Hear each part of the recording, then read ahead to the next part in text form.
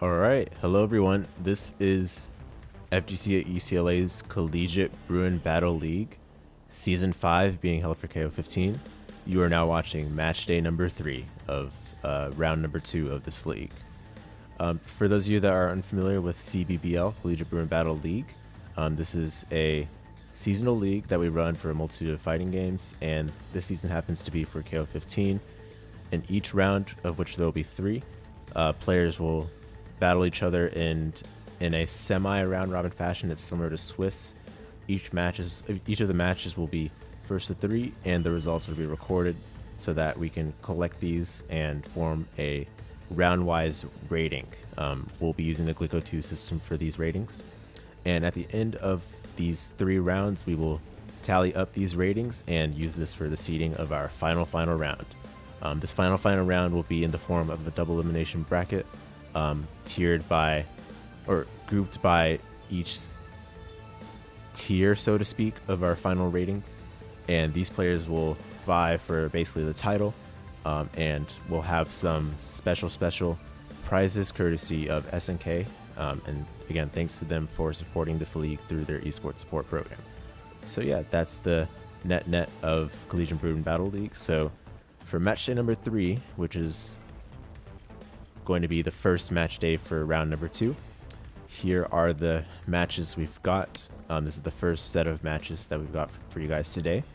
Our first match will be Kento versus EJK 11037. These 2 players will hail from SFSU and UCSB respectively, followed by EJK versus PonderousSloth, who hails from EVCC. And then our third match will be Kento versus PonderousSloth, SFSU and EVCC respectively. Fourth match will be Kento versus Shuusai. Shuusai is representing UC Davis today. And then our 5th match will be Shuusai versus PonderousSloth. And then our 6th match will be Shuusai versus StormClaymore, whom we saw in match day number 2, if you guys caught that one. He's going to be representing Pacific University. And then our second set of matches will feature Shreynius from UC Davis versus ScrubLordess from our very own UCLA. And then our 8th match will be Alego from UCI versus Shreynius from UC Davis. Number 9 will be Alego from UCI versus MOTHMAN, who's one of the heavyweights from UCI. Number 10, we've got MOTHMAN versus Jacob. Jacob will be representing Oregon State University, our sole representative from there. And then finally, to finish things off, we'll have KSA from UW Tacoma versus PonderousSloth from EVCC once again. Speaking of PonderousSloth, he joins me today for commentary. Hey, how's it going, everybody? Oh yeah, It's going to be good tonight, that's for sure. Yeah, we're really excited to see the matches for this league once again. Give me a moment, guys. Let me take a look at these updates. Let's see. Okay, so Jacob might not be joining us for match number 10. We'll have to check in on that a little later once we're close to that match's scheduled time, so to speak. Yeah. But otherwise, yeah, that's what we've got in store for you guys today. Hope you guys are looking forward to it. Yeah, party time. Yeah, Lord knows I've been waiting for it this weekend. Right, especially after Frosty yesterday, I'm just like, I'm ready to get on that grind. Yeah, definitely. I myself, I've, week after week, these match days have given me at least something to look forward to with regards to spectating, seeing you guys level up in this game, and just also getting excited about the collegiate scene on the West Coast. Just give me one. Oh, sorry, go ahead. I was gonna say, just the fact that just shining the spotlight on KOF. Lord knows this game's really fun, and more people need to watch it. And more people need to. Yeah, it's just really fun. Got nothing on that. Yeah, one of the best fighting games, and I think in terms of modern fighting games, there's nothing that beats it. Oh no, the feel of it is just like, it's like electric. Like, it, for the outsider, it looks very sloppy, but there's just so many weird micro decisions you have to make to like survive. It's just insane. 100%. So we're looking at these players to get started as soon as they're ready. And you guys that are in the chat, let me know if at any point the audio sounds messed up, we had a couple of audio issues before we went live on the internet tonight, so just let me know if there's any weird issues with that. But it looks like we're into member select, and in terms of what we probably expect to see from these two players, Kento, known for his nasty Luong, and EJK's got a nice little Geese in the back there, as well as Iori, so I think we'll expect to see those characters. I think EJK plays Kyo as well. Ah, yes. I think he plays Kyo. Yeah, I think you're right about that one. And Kyo's definitely one who, according to the opinions of top-level players in this game, has received, well, not received like insane buffs necessarily, but oh, wait a minute, Shun'ei. Right. Point Shun'ei, that's gonna be interesting. Okay, Shun'ei well, definitely get real grimy with it. yeah, I'm actually excited for this one. You know, forget what I was gonna say about Kyo. Let's talk about Shun'ei here. So my fellow commentator right here knows a thing or two about Shun'ei. Anything you can give us in terms of insight on what this character can pull off? Well, I wouldn't say I'm necessarily an expert, but they definitely, off of like EXDP, can have a lot of really interesting like reset points, especially off of air dash. So let's see if you want to go for more of like a tricksy Shun'ei or just kind of try to play more fundamentally. So far, he's just kind of locked in the corner, but yeah, just see if he can get the party started. Yeah, it seems like he's made an escape, but now he's being sent all the way to the other corner. Oh, here's an opportunity. Oh, really needed that knockdown there. Yeah, unfortunately, just barely missed perhaps the cancel from the command normal. Yeah. And Shun'ei sent packing home pretty early here, but Yuri.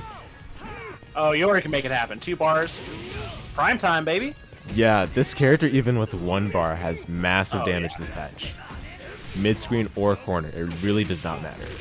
Yeah, when people are saying Kyo's like top 1, top 2, I mean, wherever Kyo is placed, Iori's right behind him. The character's so insane this patch. Yeah, absolute facts. We're seeing right now EJK playing a pretty solid neutral so far, I'd say. He's managed to get some successful DPs here, but this one baited, and that might be the end of... Okay, no, doesn't spend the 2 bars. No. Fair enough. Kento definitely feels confident in his offense, and who's to blame him? I mean, Krohnen's done so much damage so far. I mean, this is nerf Krohnen too. That's the thing. Yeah, nerfed Krohnen, but by no means a unviable character, and that's... This character likes to party. Yeah, that's, you know, it'd be an understatement to say that he can still dish some damage out this patch. But we're looking at here a new face. Of course, we saw this character last match day, Orochi Yashiro. Not too much of him, but already it looks like Krohnen will be finished. Yeah. Perhaps a sliver of health will be remaining. Yeah. Oh, wow. Oh, what a roll. Ooh. Okay, now mentally this could be troublesome. Oh, yeah. There you go. Just toss him out. All right. Understandable. You know, any way to get that last point of damage. Yeah. And I mean, like, now, like, I think EJK really just needs to get the momentum rolling, which is going to be really hard going against Luong with 4 bars. Yeah. Speaking of which... Oh. Okay, I thought that would be a full combo. Yeah. Oh. Oh, no repair set. Oh, just snatched him out the skies. Yep, spends that meter. I wonder if he's going to spend the extra 2. Perhaps not, just to make sure that he's still got some other stuff. Yeah. Yeah. I mean, I would have done it, but that would have put that... I get why not, too. Yeah, it makes sense. Oh, great hop jump CD. Oop. Nice check. Yeah. That's pretty run-of-the-mill Luong there. Low profile in the jumping and still being able to punish despite the sweep not actually hitting. That's going to give Kento a 1-game lead. Oh, okay. Back to character select. Yeah, that's understandable. You know, the Shun'ei, it was a heroic pick, but I still think it didn't perform as EJK intended. And it's really hard because Shun'ei really needs some bar to really like get going. in his neutral, like, you need to kind of cheat neutral with canceling a 6B a lot, in canceling into EX dash, so you can actually like get some sort of pressure going. So, yeah, just wasn't able to get it started. One thing I noticed about Shun'ei from so the Geese coming out here, not too surprising. One thing I noticed about Shun'ei from 14 is that going into 15, while he still retains his high power damage, you know, being the glass cannon that he is, he lost that sort of benefit that 14 characters had with the ability to 1-bar quick max. Oh yeah. And on top of some of the other just general nerfs that his moveset received, it felt like, you know, he's definitely a shadow of his former self. Yeah. Let's see what happens. All right, point Geese. Respect it. All right. Yeah, enough about Shun'ei. So Geese here, he's got these counters, but we're seeing EJK get clipped a lot here. I wonder if he's going for those counters, in fact. Yeah, maybe just catching like before the move, actually catching the startup frames at 6A. Yeah, guard bar dangerously low. Literally the next successful block should put him in guard crush. And I think EJK knows that. He's getting a little antsy here. Oh yeah. Sometimes you just gotta press too. You gotta get out. Yeah, and it was successful. He's back to neutral just as I say, though. Now he's gonna be sent to the corner. And I think Kento's starting to pick up on the fact that EJK is, you know, a bit. He seems a bit uncomfortable defending in the corner. At least the Geese did. All right. See. All right, man. Kento's Krohnen is won't quit. Okay. Oh, okay. Getting something started here. Bar. Set up. All right. Nice safe jump. Oh. Other side, far LP. Okay.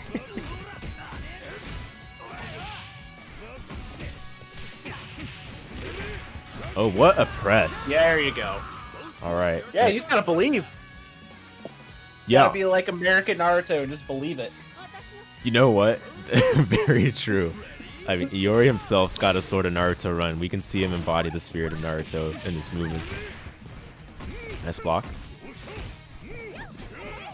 Oh, what a backdash. But oh, man, he's doing really good on those backdash tacos. Oh, punish, yes. Oh. All right, we'll set up. There's no fear.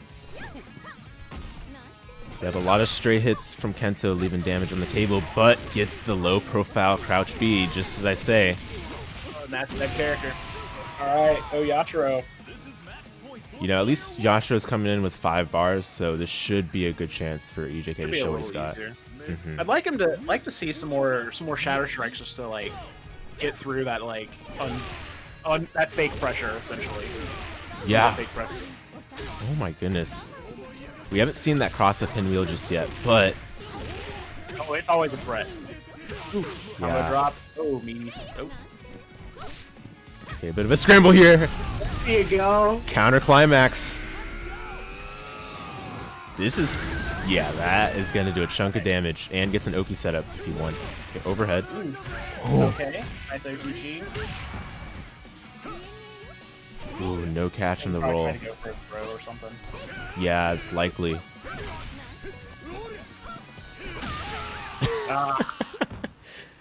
Sounds about right. Like, yeah, he seems like he's picking up how to play against Luong, but it just seems like it's just a micro beat off from where he needs to be. Yeah, that's a great way to put it. I think had the Geese perhaps gotten a few more... Oh, back to character select once again. Okay, EJK definitely needs some time to go back to the drawing board, think through what he needs to adjust here. And I actually do think that point character is still suffering a bit against the Krohnen. You know, what's kind of crazy, I'd almost like to see him do Oyash point. Because Oyashiro's 1-bar damage is kind of insane, honestly. That's a great point, actually. Yeah, you just get like one command grab into the super, and then that's like 400, 500 damage. So, oh, Ángel. Oh, okay. This is not one we've seen from EJK so far. Now, Ángel's been picked pretty frequently, and he's going to pick Ángel in tandem with the Kyo. We've seen her pretty frequently throughout these match days, but this is definitely the first of her we've seen today, of course, in our first match. Oh, yeah. Let's see if we can catch Kento by surprise.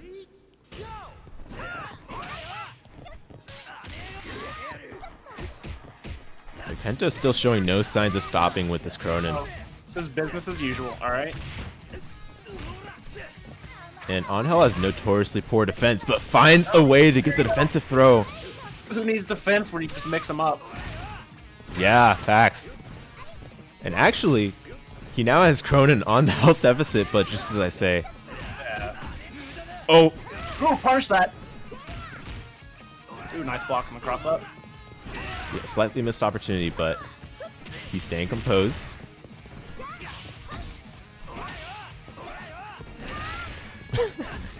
Krohnen jump CD. Just throw it out there. Alright. Man, this is... Oof.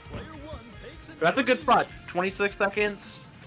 Like, almost like a touch away. Like, not gonna get a lot of life back. Yeah, one BMB, it's good. Yeah, Kyo definitely doesn't have too much work ahead of him, but not within chip range quite. Still has to get a clean hit in there. Yeah. That, oh no. That's brutal. Actually, I would like to see a guard cancel blowback. Ooh. Yeah, you gotta use those options. Yeah, I didn't get the chance to do that. And actually, the reason why I mentioned that is because guard cancel blowback does, or it can do fatal damage. Like, it can kill. Not much, but yeah, it can. Not like O2 UM where you can that's a legit win con. Yeah. Ooh. Oh, this is not looking good for EJK. Okay, there's the guard cancel blowback. Oh, buffer max mode. There you go. Oh, I respect the wake up command grab. All right, man. Krohnen, dead character. Right? And it's interesting that, so Kento's going to take a 3-0 over EJK. It's interesting that the final game where I felt like EJK actually had gained the most ground in his point character ended up also being the game where Krohnen managed to get the OCV. Yeah. Yeah, there's just like a couple of DPs that really just kind of hurt him and that just turned the tide. All right, well, I guess I am up. Yes, yes. 6. All right, well, I will see you on the other side. Yep, good luck over there. All right, so our next match for you guys, it's going to be EJK, whom we just saw, versus PonderousSloth. PonderousSloth, we saw him in the first match day. He plays Andy, Yuri, and the third character escapes me. I believe we saw Shun'ei last time, but honestly, any third character is fair game here. I heard he's cooking some special stuff for you guys for today's match day, so we'll see what he's got in terms of tricks up his sleeve. And those of you that are tuning in for the first time, I see some new faces in the chat. Thanks so much for joining us for CBBL Season 5 Match Day number 3 being held for KOF 15. Also sponsored by SNK through the Esports Support Program. Thank them so much for supporting us. Alright, so this is going to be EJK versus PonderousSloth. I wonder if we'll see a few different characters from EJK since those other choices didn't quite work out for him last time. Yeah, so EJK is on the Krohnen for a point. Let's see how that works out. I'm not sure the matchup is for Andy necessarily, but we should expect to see this Rio in the back from PonderousSloth to put him some work should it come to that third character. Rio, if you guys aren't familiar with his changes in the patch, basically has insane damage in the corner, especially for the amount of bar he has to spend, which is basically not that much. Alright, enough with that though, here we go. So, some pretty standard neutrals so far. PonderousSloth just trying to control some space with Andy's fantastic fireball. He's already got the first couple of clean hits in here, gets to run up normal throw. Oh, actually went for an empty hop with the Andy's fastball. Didn't work out thanks to the DP, but he's going to get a decent combo here. And for the moment, PonderousSloth taking all the initiative, in fact, gets a very solid jump D for the close confirm as well to finish off the Krohnen. So PonderousSloth definitely maintain control in the point war against Krohnen. I'm not sure if EJK's pick there worked out too well, but We'll see if Iori can clean it up at least for now. Oh, what a block on that cross of JD. That was no setup either. That was just a jump and, you know, PonderousSloth just went for it. Oh, missed the confirm, but no punish. EJK's definitely got to make the most of every opportunity. And that's probably a dead Iori, yeah. And to add insult to injury, EJK already down to his last character, and I don't think he'll have too much meter either. Okay, my mistake, 4.5. It's Andy who doesn't have much, but regardless, I guess regardless of the meter amount, we have seen Orochi Yashiro put on quite a show from EJK from the last match. Great anti-air grab, which we should see a super cancel here, yes. So I wonder what the plan is for Okuzeme. We'll see if he decides to go. Okay, just goes for some standard pressure. Back to neutral now.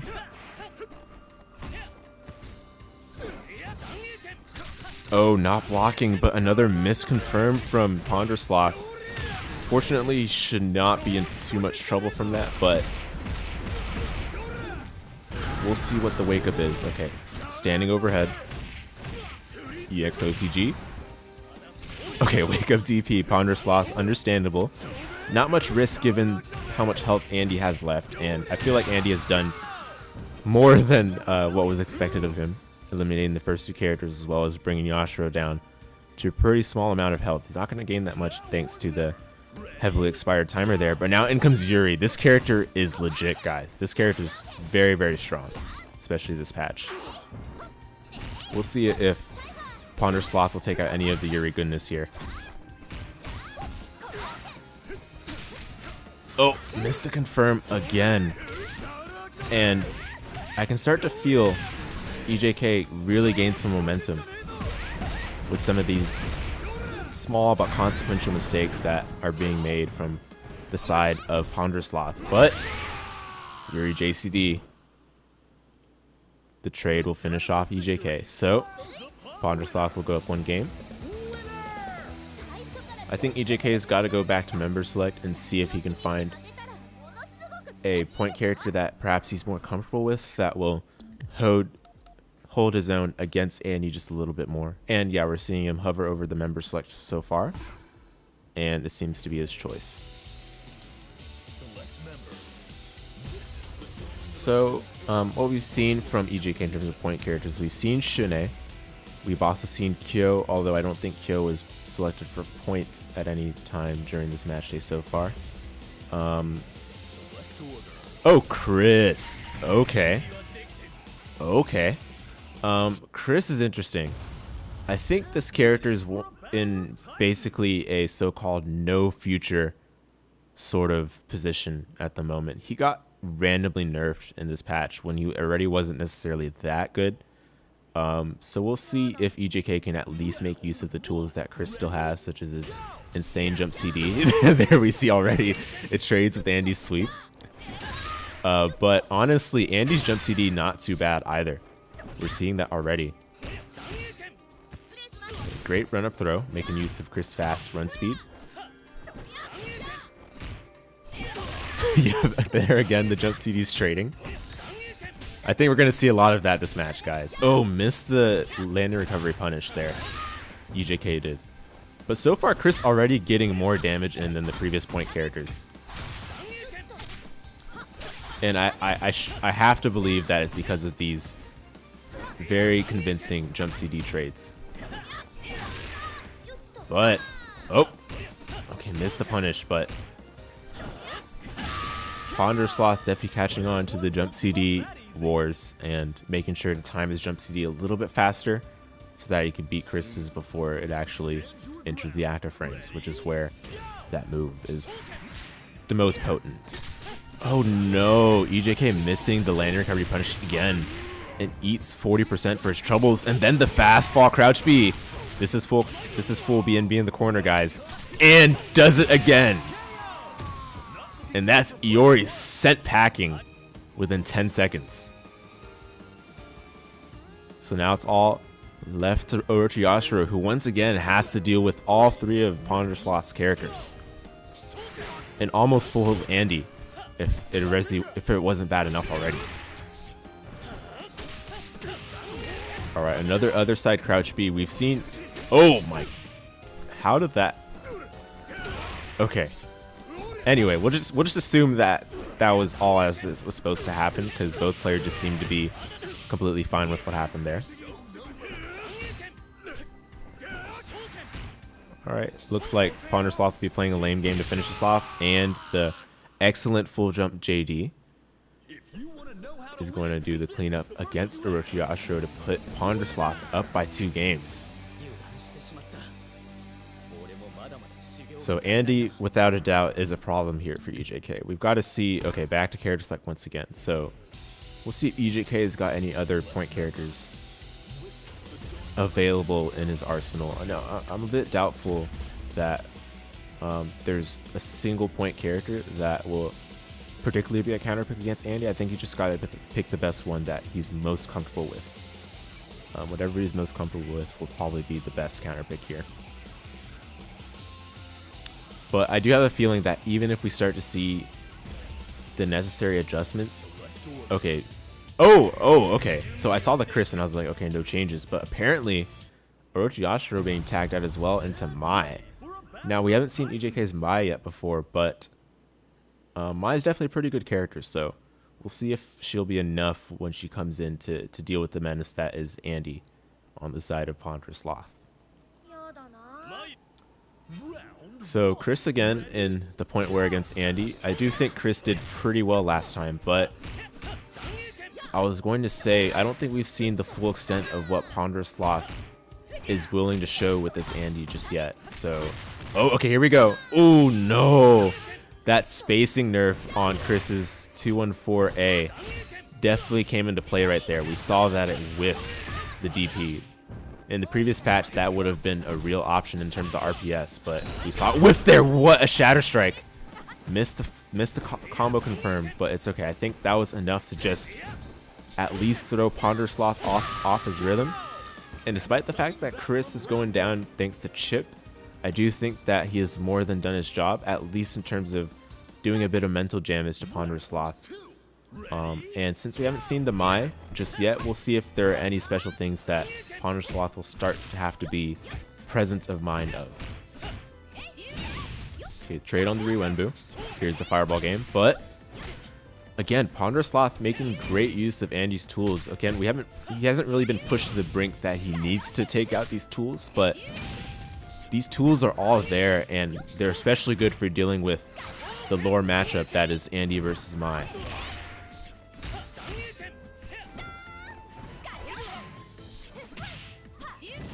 Oh, what a throw. I did not know you could throw her out of Riwenbu. Reversal throw it back from EJK.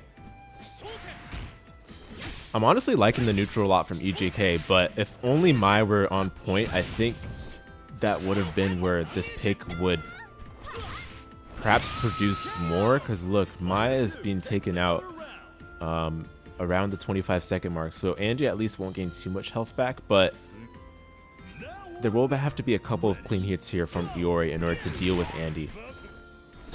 Oh, nice 2C. OTG to finish off the Andy, yes indeed. So Andy finally dealt with, but Iori's got a long way to go to deal with some of these unknown threats here. And I say unknown, mainly due to the fact that we haven't really seen too much of these final 2 characters. The Andy's just really been putting on its hair in this head-to-head. Oh, great close anti-air. That would have crossed up. Oh dear me, this is not good. This is gonna be really big damage. Oh, he missed. I think he just missed. I don't know what he missed though, because he did dive kick. But anyway, doesn't matter too much. The Krohnen will finish off Yuri and give PonderousSloth a very clean 3-0. Congrats. So EJK, I think, had a number of character switches. He was just trying to feel out what was the most comfortable to deal with the particular player matchup, but perhaps made. I think the last switch he made was pretty good, but in the end, it was just late enough that he didn't have enough time to pull out the full extent of what he can make use of for those matches that we saw. So good stuff to both players, but in the end, PonderousSloth reigns victorious.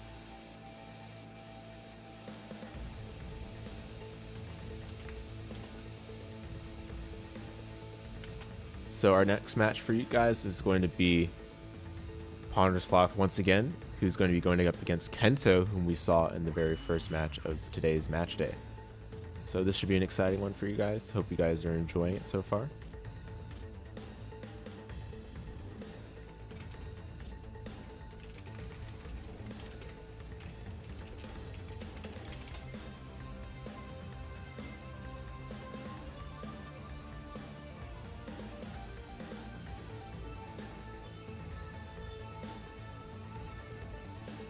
All right, and I'll be joined for commentary for this match by the one and only EJK, whom you just saw. Hello, EJK. Hello. Yeah, so I guess while we're waiting for these players to shuffle in, I did want to get a couple of your thoughts, you know, just to be inside the head of EJK a little bit.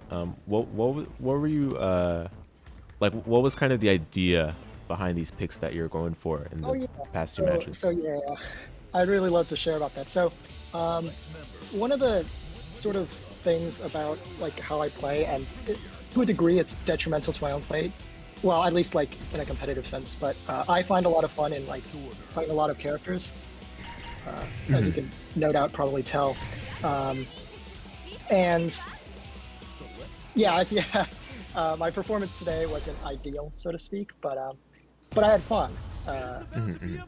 And yeah, some of the characters I picked, I felt like I could do a better job with. So, for example, in the last match specifically, the reason I switched to like Chris was I felt I could control the neutral space more, because I felt like his Andy had really good control. And same thing with Mai, basically. And the Mai, I think, worked fairly well, reasonably. I agree. I don't think I could have done much better with any other character. But anyway, this match is starting, so let's talk about that, I guess. Yeah, for sure. We can talk more about it. Ooh, a Mai. Time afterwards. Okay. Yeah, so Mai from Kento. We haven't seen that so far. Hey, and he picked the same color as me. Maybe he saw the last match. Yeah, I agree. I think Mai is definitely a great pick against Andy, and not just because of the lore, but the fact that she's able to the fact that she's able to challenge Andy with her great button coverage in neutral, I think makes for a pretty solid pick. I completely agree. And as you saw right there, the dash punch, he punished it with crouch A. Yeah, her crouch A reaches very far. Yeah. That's one of the reasons why I switched to her in this matchup, or like as a second pick, because the dash punch is really hard to punish with most characters. But with Mai specifically, she has so many like really good long-range fast buttons on her light attacks, like stand B, crouch A, far A. Yeah. Great piece of knowledge for you guys watching at home. Andy's dash elbow is technically punishable, but the spacing is hard to actually punish for most characters. Mai is definitely a solid counter pick if you want to have an opportunity to punish them more easily. But speaking of punish, what great damage! That was nice. Yeah. Oh, okay. Oh, okay. Just the meterless. Yeah, I think he had an opportunity to convert better, but at least has some damage there with stand CD. Now, for those of you that have watched the previous match days, I've talked a lot about Luong stand CD. Okay, that button's been really good since 14, though. It's such a good button. It's crazy good. So much time to combo afterwards, and we see and the fact that you can stance cancel it and then like run up and combo, that's crazy. It's really messed up, but this is the first we'll see of Rio today, guys. I think it's pretty exciting. This character, should not sleep on him. Dude, he hits like a truck. For real, especially in the corner, but we're seeing Rio being the one cornered here, and not in a very good position. Let's see if he even gets the chance. Yeah. And sadly, a lot of these long combo enders are all safe jumps, so we don't have an opportunity to see Rio DP, but that might do it. Yeah, stun ensuing, and just goes for level 2 to finish it off. So Luong ripping through the entirety of the team. That was an impressive showing, I must say. Yeah, certainly something we've come to love and expect from Kento at this point. Yeah. I must agree, though. I think it's quite interesting that you mentioned that the safe jump setups, because, yeah, like, Ryo can't do anything about that, really. Because his parry's not frame 1, I don't think, right? It's not frame 1, and the DPs that he would normally use become basically moot because of the safe jumps. Exactly. And, you know, for as much as Mai is a counterpick to Andy, Mai actually was not the one to eliminate Andy. It was Luong all the way, the previous match. That's true. So we'll see if PonderousSloth can get an early lead here. The EXDP was probably accidental, but we'll take the damage regardless. Yeah, it was probably supposed to be the slide. Yeah, or it's the elbow rush thing, yeah. The elbow. The funny thing is they changed the input for that move, and it actually makes it easier for the overlap between DP to happen because it's no longer like a down back. Games, it was just down back forward, right? That's right. Although that was an annoying input, I will admit. Yeah, I mean, let's be honest, most of us probably inputted as a half circle forward anyway. Yeah, exactly. So, but yeah. Regardless, though, the cross-up JD from Andy will get rid of Mai, and that was a much faster fashion than the previous one as well. So, great stuff from PonderousSloth. But the problem is this Luong here. Oh my... Okay. Oh, that was a... Did he just anti-air with... He just did it, dude. That thing has no invincibility. It just has a great priority, but that's pretty much it.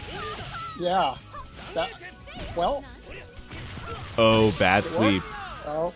And an excellent jump from the side of Kento is going to get rid of the Andy, but I do think PonderousSloth is definitely gaining some ground.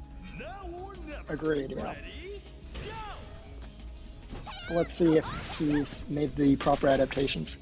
Oh, misconfirmed from Stan B. Oh, he blocked the cross-up. That was good. Yeah, that's huge. And actually, I believe that move is never plus, if I'm not mistaken. So if you do it super low, I think it technically can be plus, but at that height, it's not plus. Yeah. Oh, okay. Wake up, crouch C, or that might have been close C, but yeah. So yeah, I think it's something weird where like basically the way they do it to the the height really changes the frame advantage, but you're right. The heavy version, that one is generally like more minus, I think. Yeah, I believe so. Oh, he dropped the Rekka. Yeah, a huge drop, and this is going to be costly. This is damage, and got the cross-up. That is Yuri, all right. Sloth definitely made the adjustments there. Yeah, Andy doing a bit more damage than before, still being taken down, you know, as the first character, but I do believe that made enough room for Yuri to shine, and so she did. Ties it up 1-1. Kento back to character I select. like the adjustments though. Oh yeah, this is an expected switch. Not surprising. Okay. Yeah. I feel like she was able to block a lot more of the Luong mix-ups, but.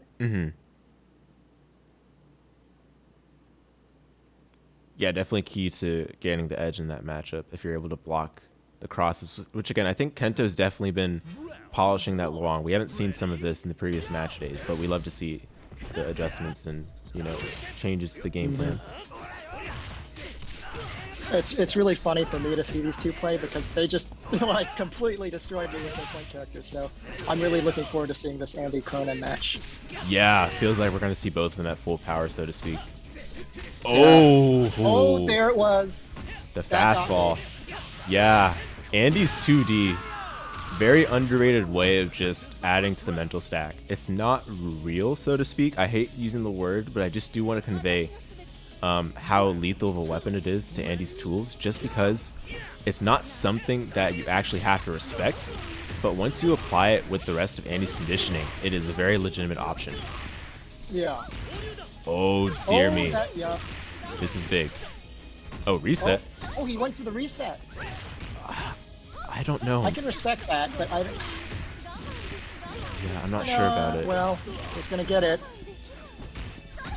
Okay, that is a... Yeah. Good baits from Kento. I was going to say all of those were actually safe jumps as well, so... Yeah. That is Luong, boys and girls. So here we go. Yuri versus Luong. Yeah, I mean, this is where Sloth was able to pull forward in the last game, so let's see. Yeah, I do think you'll have to stay calm and collected on that defense, just as we saw previously, in order to take the best of Luong here.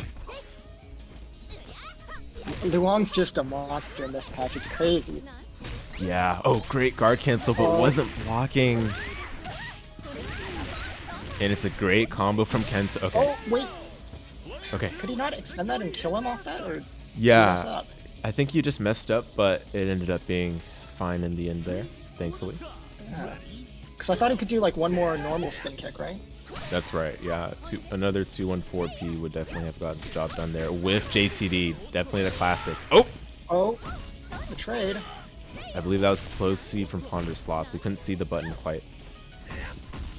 Yeah, it was either close C or crouch C probably, right? Yeah, I'd imagine. Oh, okay, yeah, the wall bounce throwing Kento off a bit there, but that should be a dead Rio. Indeed. Yep. Well, it's been back and forth so far, but Kento with a quick switch to Krohnen. Now, I honestly think that Krohnen switch was not necessarily the impact switch of this game, but Luong still being Luong there. Yeah. I don't. Yeah, that was. I don't know what. Yeah, mine might be better, but I'm not. I don't know. It's hard to say because part of it is also like, at least for my matches with Kento, I felt like he understood how to play Krohnen really well. And he might have a good Mai, I don't know, but we'll see. Oh my goodness! What? Oh, what? What? Wait. He Orochi picked Shermie. Orochi Okay. Shermie and put Yuri first. This is bold. Okay. This is bold, but we'll see. We'll see. I hope it wasn't a mistake, but we'll go with it for now. I'm excited to see Orochi Shermie because she's an interesting character. Yeah, I must admit I don't know too much about her, so we'll have to. In every see how single it game, goes. she's been kind of bad. Yeah, so I've heard. Oh, great DP. Notice that it wasn't a safe jump there. Oop, super, yup. OTG, safe jump.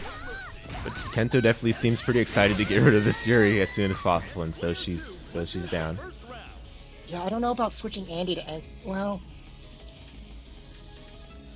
I guess first we have to see this Orochi Shermie. I want to see this. Yeah. This is exciting. Now, thankfully, she still has that monstrous JCD of regular Shermie, which we're very accustomed to seeing if you guys play any ranked. As a gimmick, you can also. Is it? I think it's cancelable, right?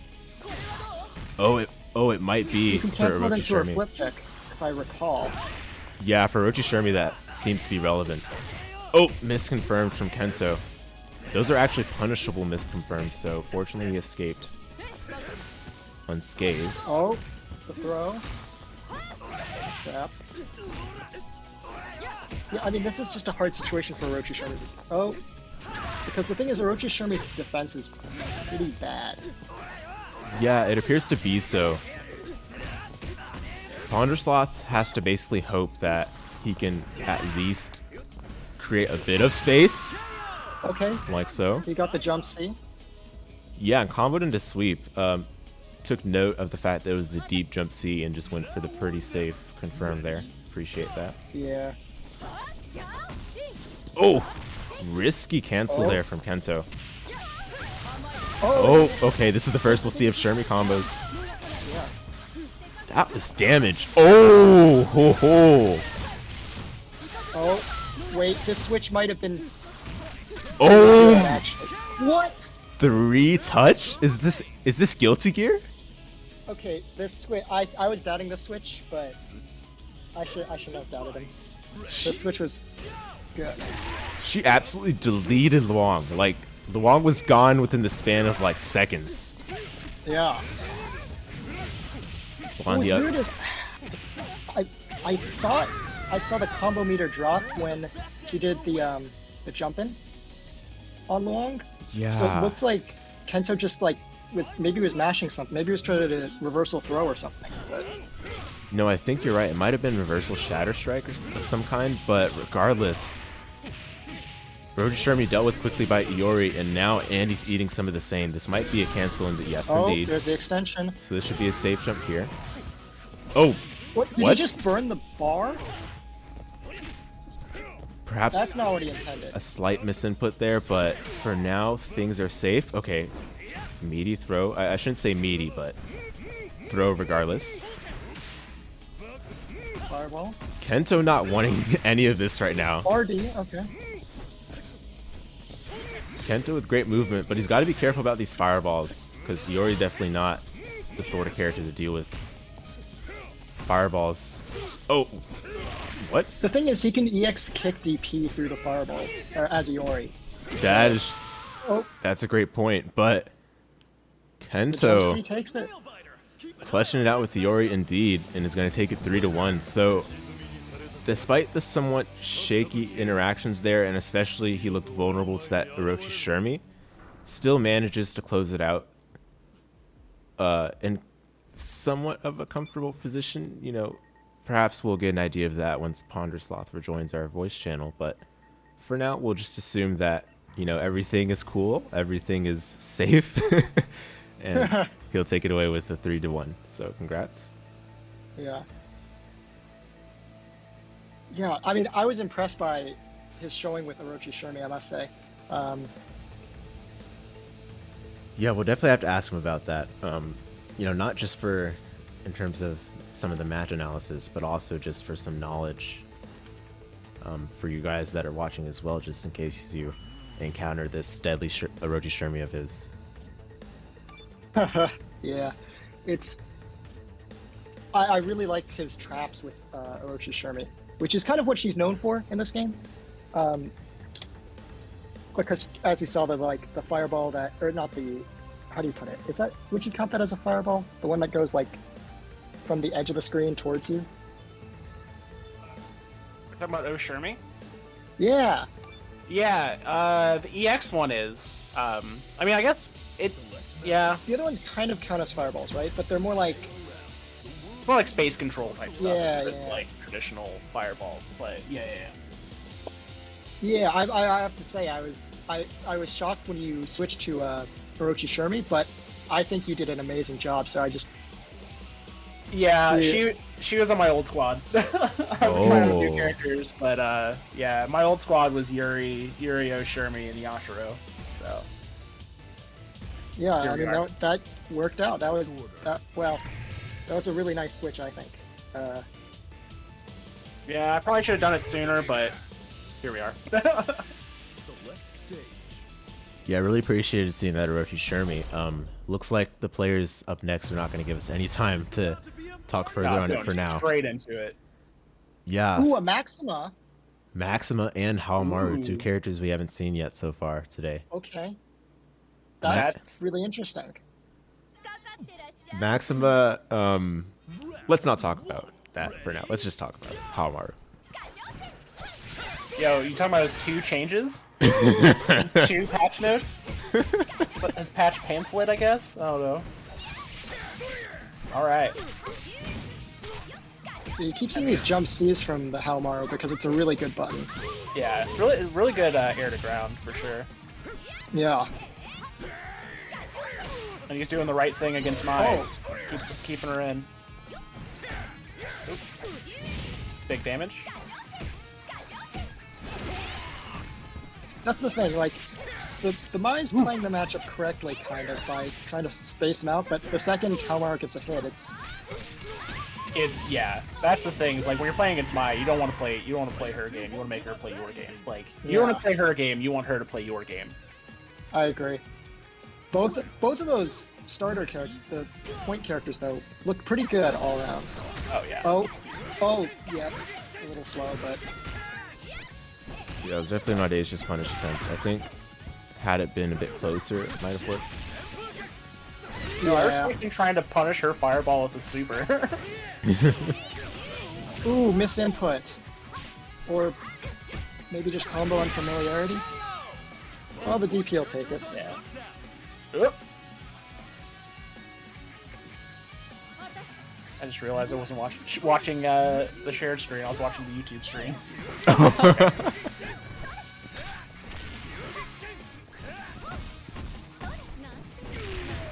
Oh no, not the stand CD. Man, that part is a menace. It's crazy. It's insane. Well, there's Robert with the stand CD of his own, which his is good in its own right, to be honest, but it's not as good. It's no Luong, that's for sure. Yeah. Yep, that is a safe jump. I was just about to say. All right, Shuusai, unafraid though, goes for it again. I can respect that. He's just like, I'm gonna do it. Yeah, I think actually representing the wake up DP early on, even in the face of these safe jumps, really forces players to be on their toes, so to speak, cleaning up their setups. Not only that, but just starting to think about this sort of like Yomi side of things, because we saw this last match day where players were going for seemingly silly wake up DPs, but it actually put the other player on edge. Speaking of on edge, you start blocking on your Oki situation, and it's like, yeah. You gotta put the fear of God in them. But here's this Maxima, and oh, Maxima. That's it. This is not how I expected Luong versus Maxima, honestly. Yeah. It did not seem like a fun time. Yeah, Maxima really had no chance, or not. I shouldn't say no chance, but not much of a chance there to show off what he's got. Yeah, I mean, the thing about Maxima is, like, basically, it's funny because SNK, like, and I'm not saying this is necessarily a bad decision, but it's interesting. They didn't really try to make him a more, like, well-rounded character, so to speak. They doubled down on his gimmicky armor normals and stuff like that. Which I think is kind of nice, but, like, you definitely have to be on it as to, like, which gimmicks you're gonna use. Mm-hmm. Precisely. Because you can set up for some big boy damage. Oh, certainly, yeah. Shuusai, though, putting on some great jumps over these fireballs, and I see him actually trying to go for reversal DPs through these non-true fireball block strings. Oh! I want the back dash with the super. All right, buddy. Oh, super. Okay. Tell him how you feel. I would have never made that read in a million years, and he just... Oh wait, is that the low-profile slide? I think he did that to go under the fireball string once again. Oh, yeah, that might low profile, yeah. So, some knowledge shown off by Shuusai, but not enough to get rid of this Maya yet. Ooh, okay, I like the tricky dive kick. He must have been trying to cancel into the fireball there, right? It's likely. We'll have to see a more polished game plan from Shuusai. Otherwise, Mai is going to just run a truck here. She does not need a lot of meter to get the party started. Oof. Who's got 6B on that juggle? Let's see what he's gonna do. Oh. All right. Oh. Robert woke up today and chose to be an attack helicopter. The sweep low profile of the fireball. Yeah, I have never seen that before. I didn't think it did that. And yet it still wasn't enough. Man, this Maya just on a sliver of health, but... It's gonna fill up a little bit. Alright, come on Maxima, you got this, buddy. Maxima against the world. Oh, wow. Yeah, I mean, let's be honest, this is... I mean, people would pick Maxima, just love the character, and I respect it. You know, tears be damned. Play funny robot man. But yeah, this is just... Okay, the sweep. Oh! Could have gotten. Oh, nice guard point. Through it. Oh. Roche. Yeah. My Maxima does not seem like the most fun matchups you could be doing. Oh, certainly, yeah. Oh, dang. Actually, am I up next?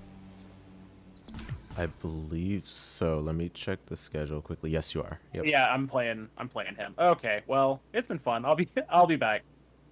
Yes, yes. There's one more See you after. around. This Oh, one there's is- one more. Oh, Or- sorry. oh, Oh, it's 3-0. Yeah. My B. There's one more at least, but we'll see if Shuusai can. He's making some good adaptations. Like his Haohmaru versus Mai, like he's navigating really well.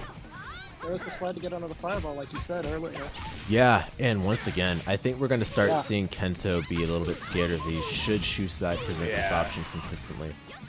I mean, considering he's done it with both Haohmaru and Robert, Yeah. I think Kento's gonna at least maybe slow down on the fireball cancels. Yeah, but first we'll have to see Shuusai cleanly eliminate this Mai before some fear truly starts to be inflicted.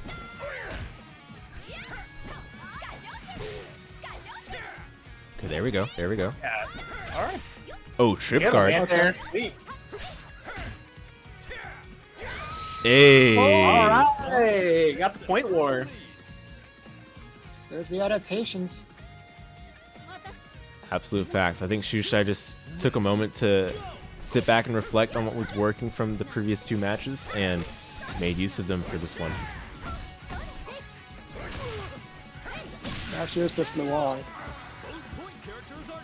Yeah, I respect the roll Yeah. attempt, but it's bound to be punished somehow by her long legs.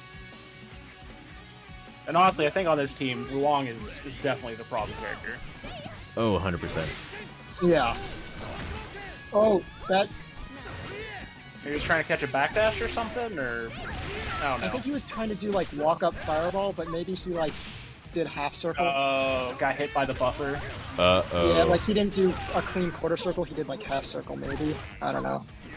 Yeah, I think we saw a similar input mistake there. He did walk up fireball, but it came out as DP. Yeah. Yeah. That's why you always gotta do is tiger knee input. Indeed, and that's going to cost the robber, unfortunately, for Shuusai, so he's got one more chance to hopefully spiral, bring this back into his control. Nice Up pickup. there's that cross up.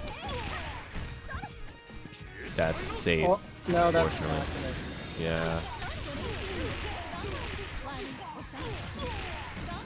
One more touch, potentially. Oh, Ooh. dear me. Yeah. That didn't even combo. It did not, yeah. Jump in. Yeah. He might have been trying to like jump out or something. Yeah. All right. Well. Alright, good stuff to both players, but in the end, Kento will be on the receiving end of the W. He'll take it over Shuusai 3-0. I must say, Kento's Luong has consistently been a performer. Yeah, He's gotten the safe jumps down to a T. His neutral with, stand CD and sweep and things like that are like really solid. But I really do like in that match the adaptations from Shuusai. I do as well. I think we didn't get an opportunity to point those out actually to the full detail that it deserved. Those slides, I think, have got to be something to take note of if any of you guys start to face Kento's fireball characters or any other fireball characters for that matter, as we go along with these match days and even this league as a whole. As we start to approach the tail end of this season, these sorts of techniques and adaptations will become the ways to gain the upper hand, the latter stages of these sets. Well said. But yeah, like those high fireballs, Shuusai's adaptation was really great with both Haohmaru and Robert. Like recognizing that his characters have these low-profile moves to get out of these sort of fake block strings. Exactly. So, as you guys probably have already an idea of, our next match is going to be number 5, which is Shuusai versus PonderousSloth. UC Davis again versus EDCC. I just didn't get a chance to say the school's last match, so I just wanted to get that in there. And I just wanted to take this moment as well to thank you guys once again for tuning in to CBBL season number 5, match day number 3, being held for KO 15. and sponsored by SNK through their esports support program. Special thanks to them. There's the Orochi Shermie again. Oh, okay, okay. Alright, so we did get a bit of insight from PonderousSloth on this pick, as if you guys were able to catch that soundbite from the previous match. This was one of PonderousSloth's earlier characters that he's now basically resurrected. So I think this is an extra reason to be frightened of this player in this match days. I have to say, that wording is so fitting. For Orochi Shermie to be resurrected. Yeah, I actually didn't realize that. Oh, I thought it was intentional, yeah. That was, because I was gonna say, that's a great, Oh, here's this Yuri, though. Oh, okay, we got the Zoomer roots. The anywhere juggle? Yep. The late hit anywhere DP. Juggle's so good now. It's sick, leads to so much damage and meter gain. Oh, but Haohmaru just the heavy slash. Yeah, so I think this Yuri point is definitely like the progressive version of PonderousSloth's team. I'm not sure if he used to play this exact team order in the past, but it seems like at least he's willing to present this to throw off opponents who get used to the other team order. Certainly. Oh.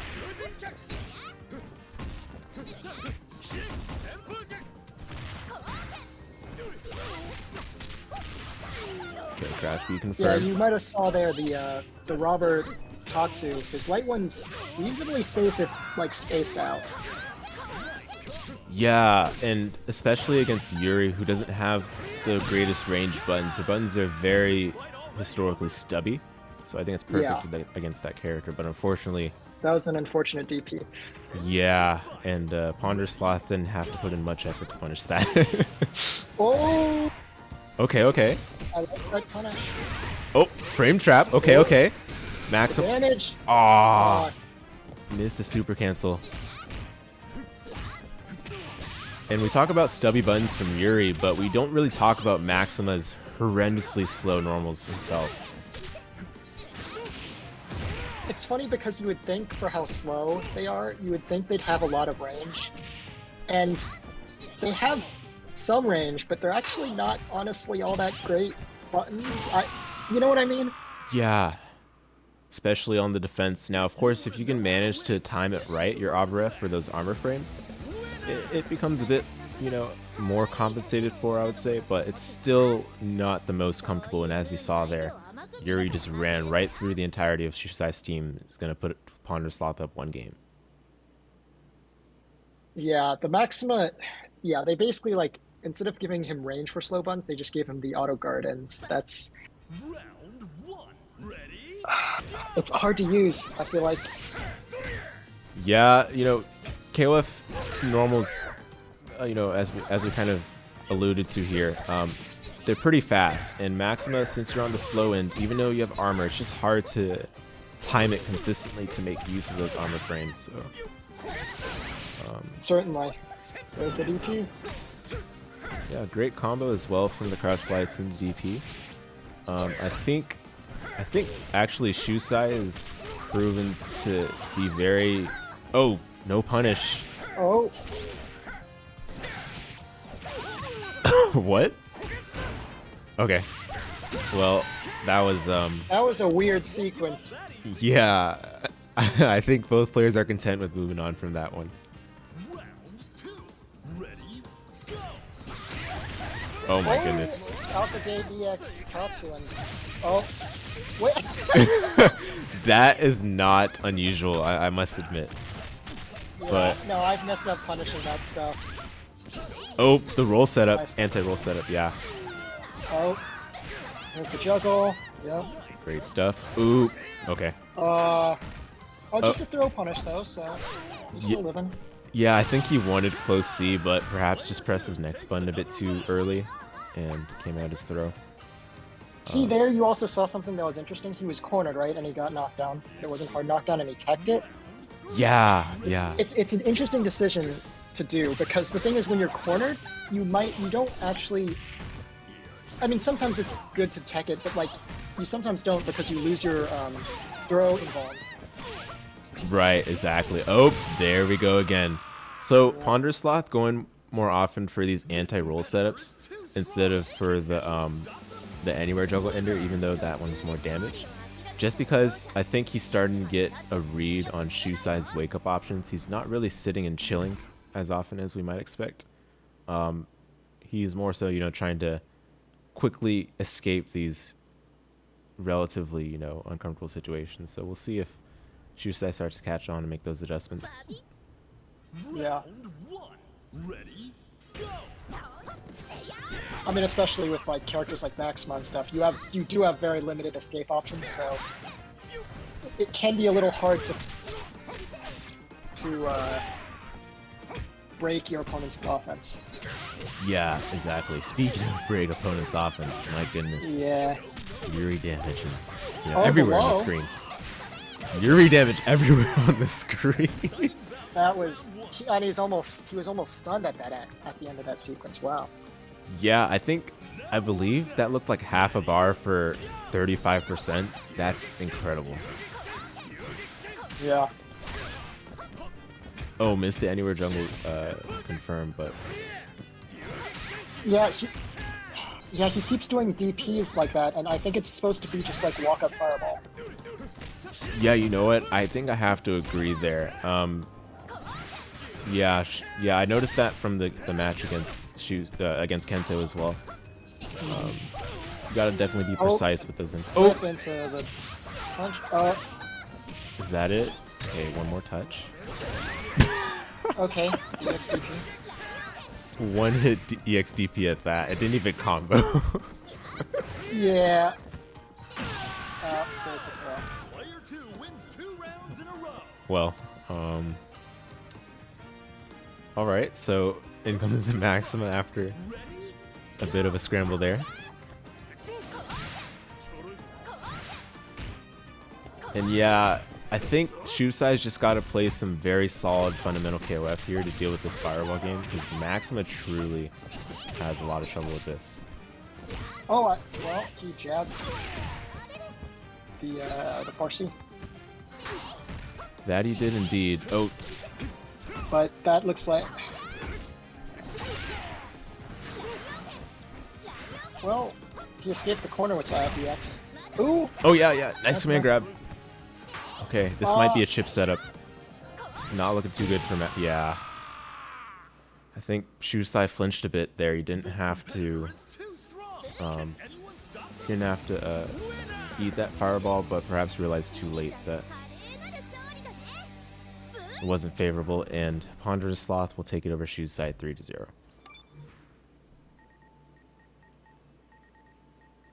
Oh, I just noticed Shuusai saying, "What's going on? I don't understand." Yeah.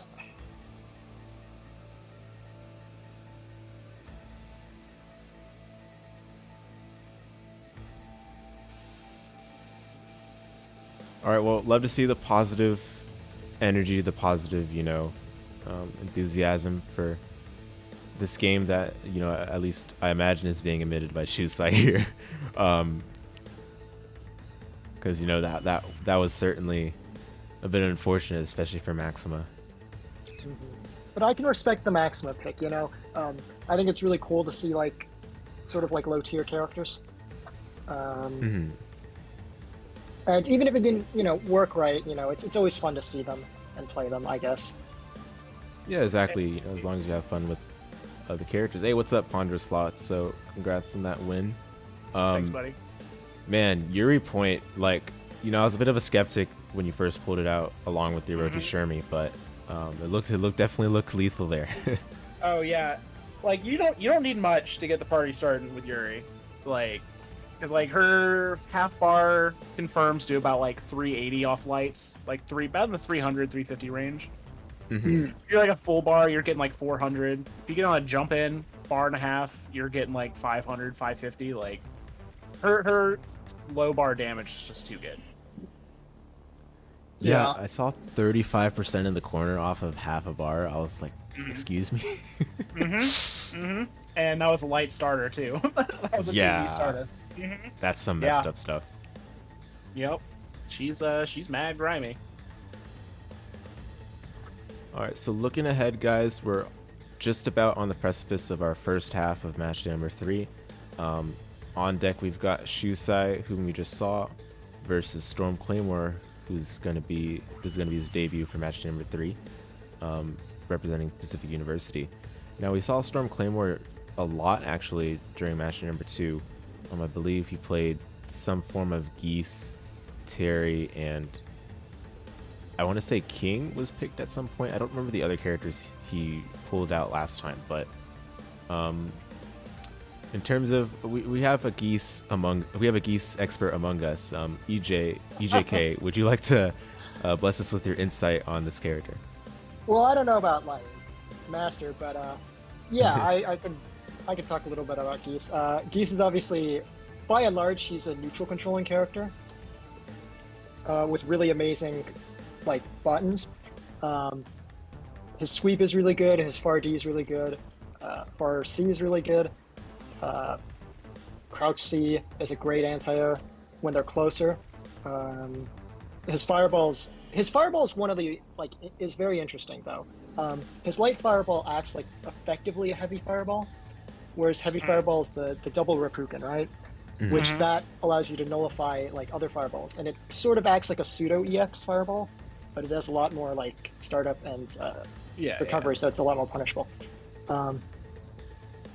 But he's also tricky on offense even, too, because you can mix up between like doing a normal jump in and doing his air fireball, where his air fireball is essentially an anti-air, if that makes sense. Yeah, you use it to like blow up people trying to wake up DP on you and stuff. Yeah. Yeah. And then of course my favorite gimmick of all time is close C, forward A, heavy DP. And that gives you the cross up on the the flip thing, and then you OTG grab them. Oh yeah, that was hype. I remember seeing that a few times last time. Yeah, DPC is really good for that sort of gimmick. DPA, unfortunately, you can use that as a mix-up because that'll hit on the front, but it won't give you hard knockdown, so you won't get the OTG. Ah, gotcha. All right, cool. So and the timing's like a little different, so yeah. Oh yeah, I think close C might be able to like set up for anti-throw stuff because it feels like the close C recognition for Geese is like right outside of throw range. Yes. Yeah, the close C recognition is kind of funky on Geese, I must say. Sometimes you're intended to get close C and you get far C, and it's. But yeah. Oh, we've got a rock. Yeah, so from StormClaymore's side, we see the Rock Geese Terry, which just about matches what our expectations were. It didn't shatter them? No, it did not quite shatter them just yet. I see what you did there. Yeah. I was glad to see Rock still in it, honestly. I know they're like the Rock players especially were mad salty that he's not top tier anymore. I think he's still good. He's still really good, don't get me wrong. Yeah. But he just has less looping pressure with the removal of his hard knockdown hard edge. So guys, something I think we are seeing be a bit more of a factor here than in the very, the match that just preceded this, is that Rock's fireball travels along the ground. Those countermeasures Shuusai was using against fireballs don't work. Yeah, his out the gate EX Tatsus are so they're so wild, but they've worked pretty well for him. And did it again. All right, yeah, it definitely caught me off guard. That's for sure. You know what I'm saying? Like they're a wild option, but they've been working for him. So you know what? If it works, it works. I don't recommend the viewers at home try that themselves necessarily, but Sometimes you gotta say it with your chest. You gotta send it. All right, now here's the fireball war. Yeah, I wonder if he's gonna be more of a passive Geese or is he gonna go in? Yeah, because Geese can certainly be played both ways. He's trying to go in now. It looks like. Oh, the Mr. Frame. Ooh, and that was that far C, that close that C recognition you were talking about. Yeah, that's why sometimes for consistency after a jump in, you want to go for crouch C with Geese. Yeah. Oh, I see. Same thing with Rio. Rio also has that. Yeah. Like, I see that. Yeah. Yeah, those characters have some legacy close Cs that weren't well adapted to KO 15. Yeah. I just want 13 Rio far D, which is just as close D, but you know. Oh, the sweep! He just swept 3 times in a row. Hey, he's T-posing. Sometimes you just got to do it. I mean, if we've learned anything from the KOF matches tonight is, he's got to do it. Just do it. Yeah. Facts. All right, so Robert down. Just this Maxima. Indeed, here comes Maxima. Now, I was gonna mention this. StormClaymore, you know, known to basically play exclusively Fireball characters. So, I hope you guys over there at home are okay with that. Fireballs against Maxima. Yeah. That's certainly not. He can technically build him up with like his EX laser, but that's 2 bars, you know. That's 2, yeah. But I mean, like, I'm anchor surprised v he didn't anchor. Max there. Yeah, I decided to go for the hard knockdown tackle. Or whatever it's called. Forgive me for the name. Burn Knuckle? Burn Knuckle, yes. Oh, that's. Oh, didn't get a deep that jump. jumping wasn't deep enough. Oh, just the meaty close seat. Yeah, got the chip anyways. All right. Try and style on him, but Okay. Okay. all right. Fair enough. You know, I actually do think a roll on reaction would have succeeded. But, Oh yeah. Yeah. you know, But he probably thought he was getting comboed anyways. It was just like, oh wait. yeah, you know, it's easy for us to say that, all right, yeah, Yeah. this is what was possible. But for now, Lord I have to knows. agree with Sloth. Once you're getting comboed at that, like in the corner like that, you're just and you have that little health. Yeah. It's hard to be ready to press roll. right. Well, at least for now, StormClaymore will see himself up by 1 game. I think Shuusai's got to kind of change his approach to the Fireball characters with Haohmaru, especially because Yeah. You can't low profile these ones. Well, you can short hop him though. So I mean, You can, you yeah. can always start doing that. yeah, and you know, short hop is the more standard countermeasure anyway. So Yeah. at least I hope to see that. Oh. Oh, DP. there you go. Yep. Take that damage. Yeah, and those have been pretty solid damaging confirms. You know, it might not necessarily be the most damaging that he can get off of that meter expenditure, but it's enough to say that, all right, I am making the most out of my hits, such that you got to respect me a little bit more. And sometimes you Yeah. just have to like autopilot your combos. Sometimes, like just go with what you're used to, as opposed to like trying to think about what combo you should be hitting. 'Cause Oh. sometimes that hesitation will blow you up. Exactly, but we're speaking of... Use the Ooh, that was actually that was a sick confirm. That was nice, but I don't know why he didn't do the follow-up to the EX Rega, because I think you get more damage if you do the follow-up and wall bounce, but Yeah. Well, at least the good part is that StormClaymore got rid of Shuusai's Haohmaru in due time so that, you know, he gets enough health back on the Geese to deal with this Robert. He's looking pretty healthy. This is oh, fine. the dive Fine. kick. Oh, great jump.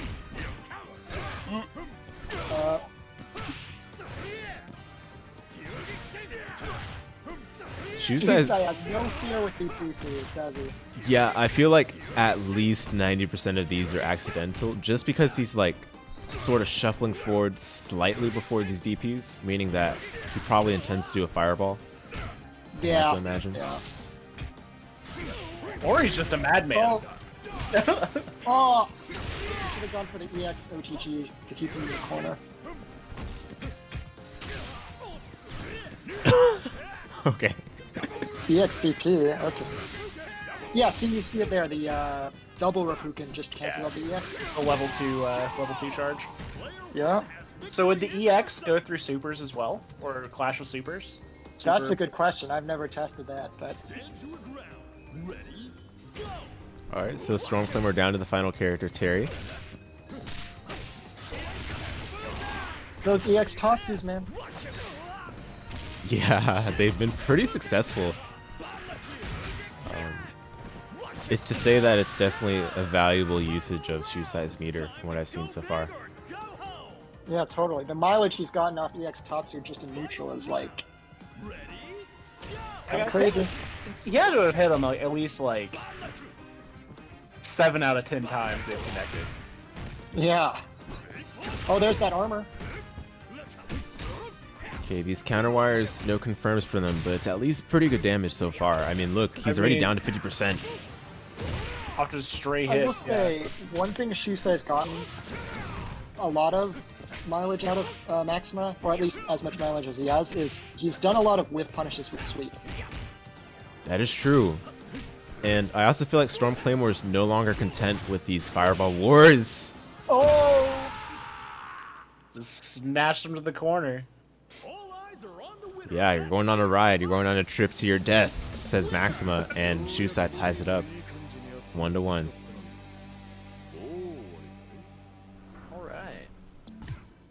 Yeah, I think you're right, though. StormClaymore was getting a little antsy and wanted to go in, but That's the power of being up on the health.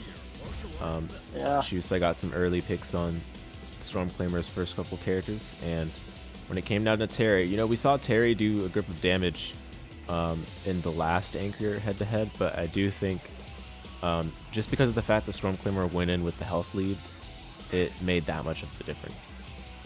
Oh, yeah. Mm-hmm. Yeah. Well, we're at character select, so let's see if we see any switches. This will be interesting. Either you switching or you just getting a breath of... Just taking a second. That's true, and that's always a good strategy, I find. Yeah, It's good to recompose yourself. Yeah. Sometimes you don't want to do it for too long, though, because then you get, like, too comfortable about it, or you start, like, second-guessing yourself. Yeah.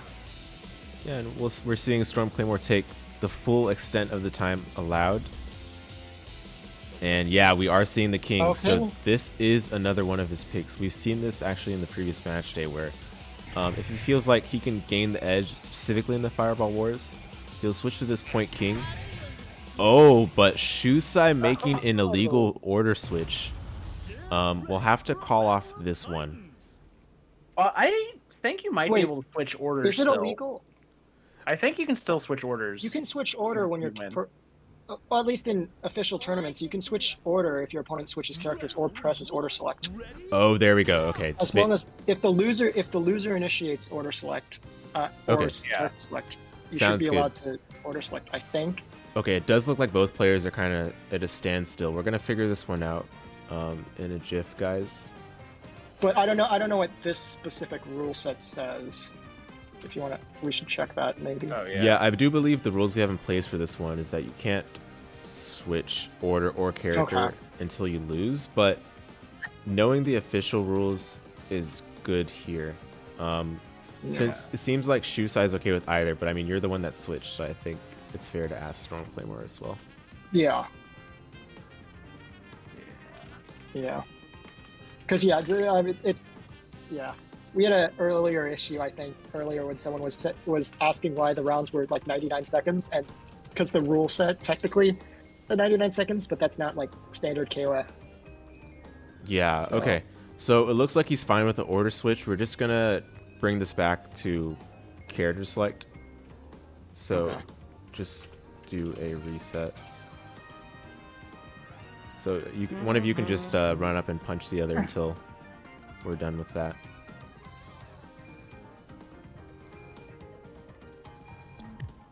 Okay, I guess one of them ulted Okay. forward, so that's fine too. Okay. Yeah, so guys, I guess just for future reference, as I understand from our two lovely commentators here, the official rules do state that you can switch order if your opponent has opted to go to character select and has switched their characters. So this is good to know just for the future for us.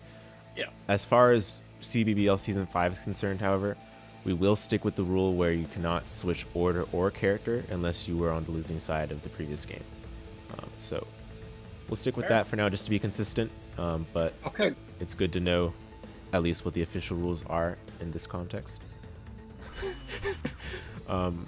For the safety of Shuusai, I will not repeat what he has stated in the Discord thread. It's not like it's anything inappropriate, but It's it not is. NSFW. It's just funny. Yeah. Yeah, it's I just mean- okay. We got to protect his safety there. I mean, he's Player calling himself integrity, out, let's so I say. mean... Well, I guess, does anyone else want to know? If you guys in chat want to know, then we're okay with saying it, I suppose. But it is a bit. It's one of those where you might want to perhaps keep it private until the time is right. Right? Until you feel comfortable with your decision. Yes.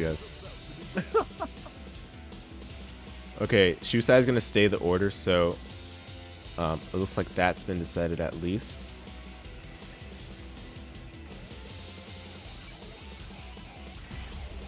Yeah, it's one of those weird things where, I don't actually know in this game, but I do remember in older games, especially in like 13, as long as your opponent initiated order select or character select, you can't switch characters ever, but you can switch order, even if it's just order select.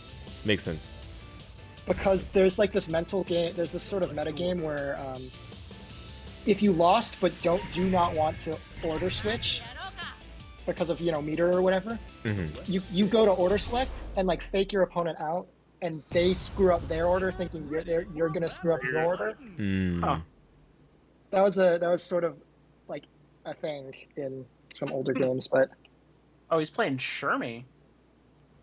Okay, Ooh. so StormClaymore switching character, like this is fine. This is legal because we technically didn't start the previous match. So yeah, this will be interesting. Just for knowledge, it's 1-1 right now. That's right. Yep, 1-1. Shuusai was the winner of the previous match or game. Right? they're just swinging. Yeah, for real. They're just swinging, dude. And I think StormClaymore wants to create a bit of space here, but he's also willing to just get these pokes in. I do kind of fear for his safety though here, because Haohmaru's sword hits hard.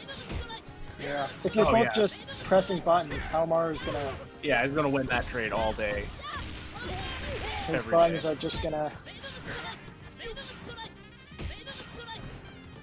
Okay, here we're seeing more of that zoning playstyle King's known for. Indeed. Ooh, I think he's trying to get close D on that. All right, well, There's the so far the EX. King Switch has worked out. Yeah, it required a bit of a comeback there, but Wait, shh. Round start Tatsu? Oh man. Oh, Okay, not never this mind, time. sorry. They made to cut you off. oh, you're good, you're good.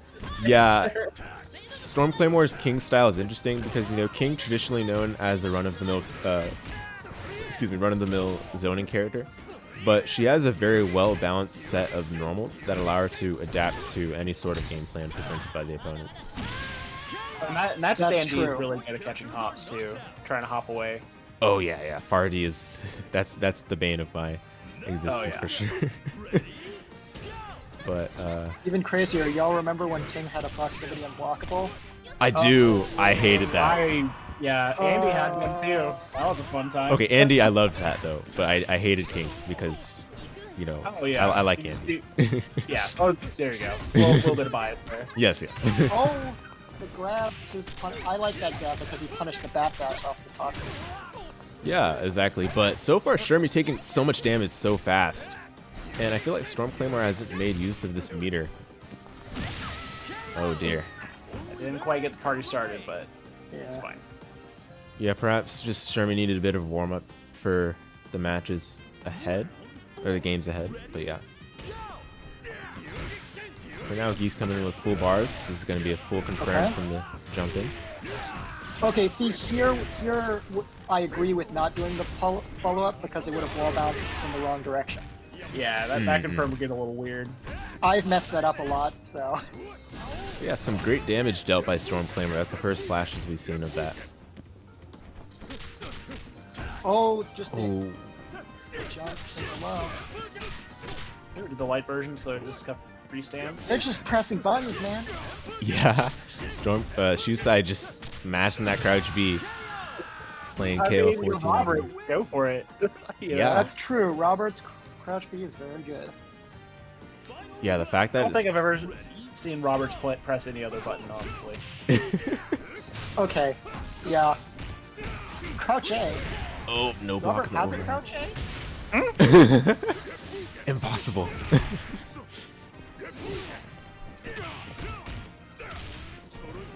Okay, we saw a nice overhead from StormClaymore's Geese. So we'll see if that allows for some conditioning later on. Once again. Oh. Oh, that was a Fireball. clutch Okay. EX fireball. There you go. another Oh, one. okay. Yep. Man, they're just going, like, swinging on each other. Yeah. This is a slobber knocker. Those double Repukins were actually very risky. Had it been a couple frames later, I think he would have been countered out of it, but Oh, yeah. those sorts of margins are, you know, the difference between 2-1 and 2-1 in the opposite way. So StormClaymore will see the better side of it. Round 1. Ready? Go!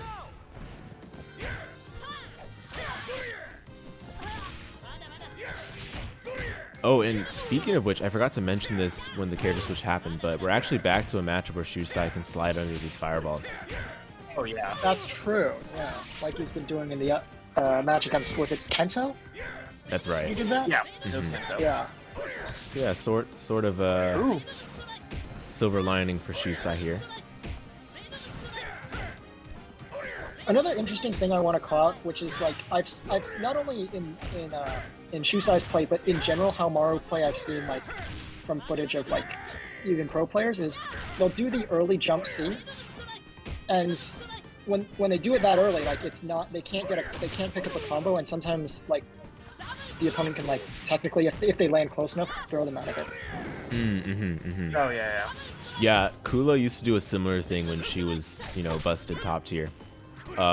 Yeah. Going for early JAs would allow you to just make your opponent flinch a bit, despite the fact that you're actually not frame advantageous or even able to combo it for that matter. So. No one just wants to get overhead. Yeah, like it's just an interesting thing that I've seen, and it makes sense. It's just like it's awfully funny. Yeah, and actually there went But- for a relatively early JC jump in fact, still Yeah. plus to allow for a frame trap. Ooh, Shermie 2B. That button. That's a button. Shermie's got a lot of buttons. So. Thank God her QC doesn't hit behind her anymore. Yeah, that was that's messed up. Right, it did that. Yeah. I mean, Just it sucks. punished. Oh. Man, his Tatsu game is like he just keeps hitting them. He'll do it, and he's gonna do it, and you're gonna get hit. That's what he's saying, and that's what he's sticking by, and I can respect that.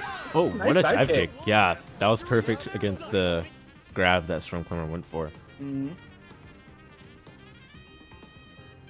So Shuusai a pretty sizable lead. He's going to have a full health Robert going against this Anchor Geese. Oh, the psychic DP! DP before your opponent Jeez. jumps. Flat. Needs to. Oh, okay. Not, it's Got a gotta little be- too frisky there. That was supposed to be fireball, I'm sure. Yeah, I agree. Yeah. There again. Yeah. Yeah. Those Tiger knee inputs.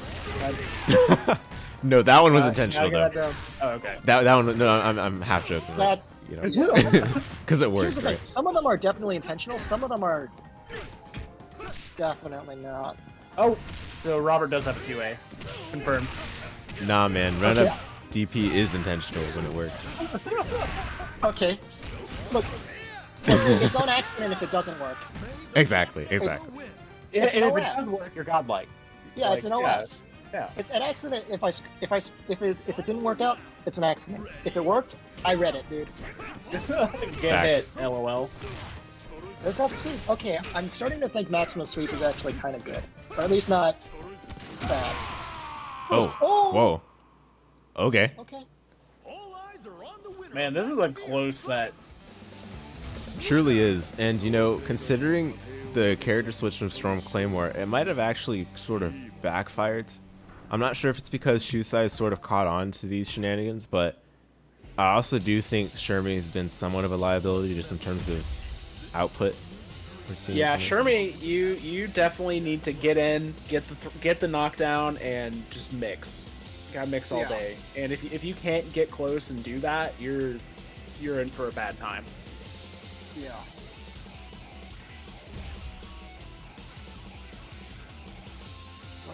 back to character select. Let's see. So yeah, StormClaymore taking again all the time he needs to recollect himself, and I think we'll probably see King Rock Terry some form of that, or Geese, not King, Geese Rock Terry, something like that. Yeah, I think that would be a good switch because going back to sort of what he's probably most familiar with might be a Oh, Benny. I don't think any of us were expecting that. No, that wasn't on my bingo card. Yeah, But Benny's a good choice. Good point. Definitely a good choice mid.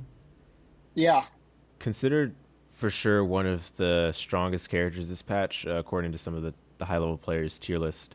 And you know, I'm not familiar too well with the patch updates that Benimaru got, but from what I saw of Mothman in match number 1, I'm definitely respecting the placement. Yeah. Yeah. And like Benny was already good pre-patch too. It just wasn't Krohnen Kula Beachnet good. Yeah. Yeah. That's the unfortunate thing about Haohmaru. Sometimes his basic confirms kind of like fall out. Oh yeah, like the 6A just like gets pushed. Yeah. Close C close pushed C. him too far away to get 6A. Ralph has the same issue. That's why I always have to concern with close D.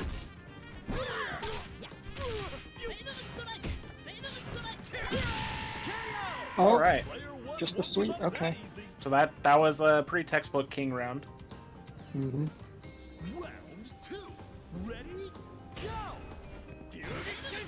Okay, both backing up. King versus Robert stuff. Oh.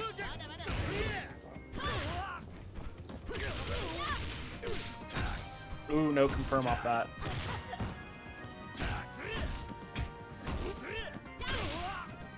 Oh, you know. Oh my goodness. Well, that That was misinput. was Had that to was- have been. Yeah.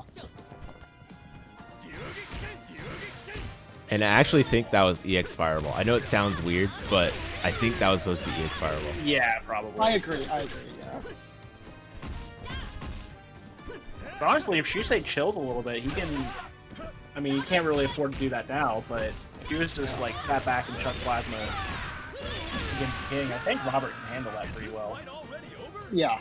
Yeah, but I feel like Shuusai's been a little bit impatient, but on the contrary, King on the precipice of match point, and actually not just match point, but set point. In fact, we might see an OCV. There is definitely the potential for that. And it would be an unfortunate way for Shuusai to go down here. I think he's definitely made some good ground. another tip that I myself, quite frankly, have to implement is if your opponent's throwing a lot of fireballs at you, or just like things like that, just defending them. Builds you meter, they don't get meter, and yeah, it's just like it's something that I've always thought about whenever facing zoners, but I haven't like implemented it a lot, but Well, it's so That's a hard to tip. do in like a KOF match too. Is like, oh wait, I can just block. As when you're like, oh okay, cool. I have to like make sure I'm not getting short hopped on and make sure like I don't get just run up 2 beat or thrown. Like there's so many different variables. Like it's hard. yeah, you're right. It is a little tricky to implement, but it is.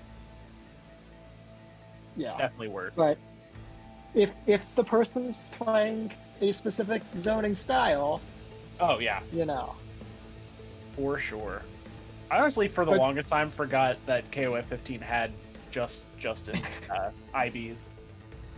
Yeah, just defend because like you're right though. Like a lot of even the zoners like you guys were saying with like King and stuff like that, or like Robert and characters that have these fireballs, they have so much great potential for going in that you're right. It is sometimes hard to just defend stuff because there's that potential that they're just going to run up and throw you or run up and do whatever, so. Yeah, definitely, guys, and it's good insight to recall some of the system mechanics. I know it sounds, it sounds like it's first principles, but honestly, these things are very easy to forget, especially in the heat of the moment. while you guys are out there in the ring. But in any case, congrats to StormClaymore taking the derby of sorts over Shuusai 3-2. That was a close match. Yeah, in fact, the closest one yet on paper. We see that scoreline Yeah. not too often throughout our match days, but I think as we get closer to the final rounds and such, as these pairings start to get a bit closer as well, we'll start to see that sort of result appear more and more.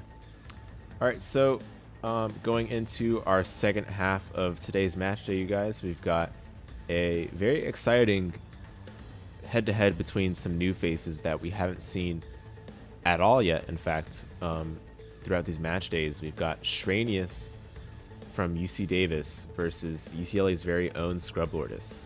So I unfortunately haven't seen either of these two players play at all. I've seen ScrubLordess play in another game, that being Third Strike, but unfortunately haven't seen any of her in KOF 15. So this is going to be a pleasant surprise for all of us to see once this happens.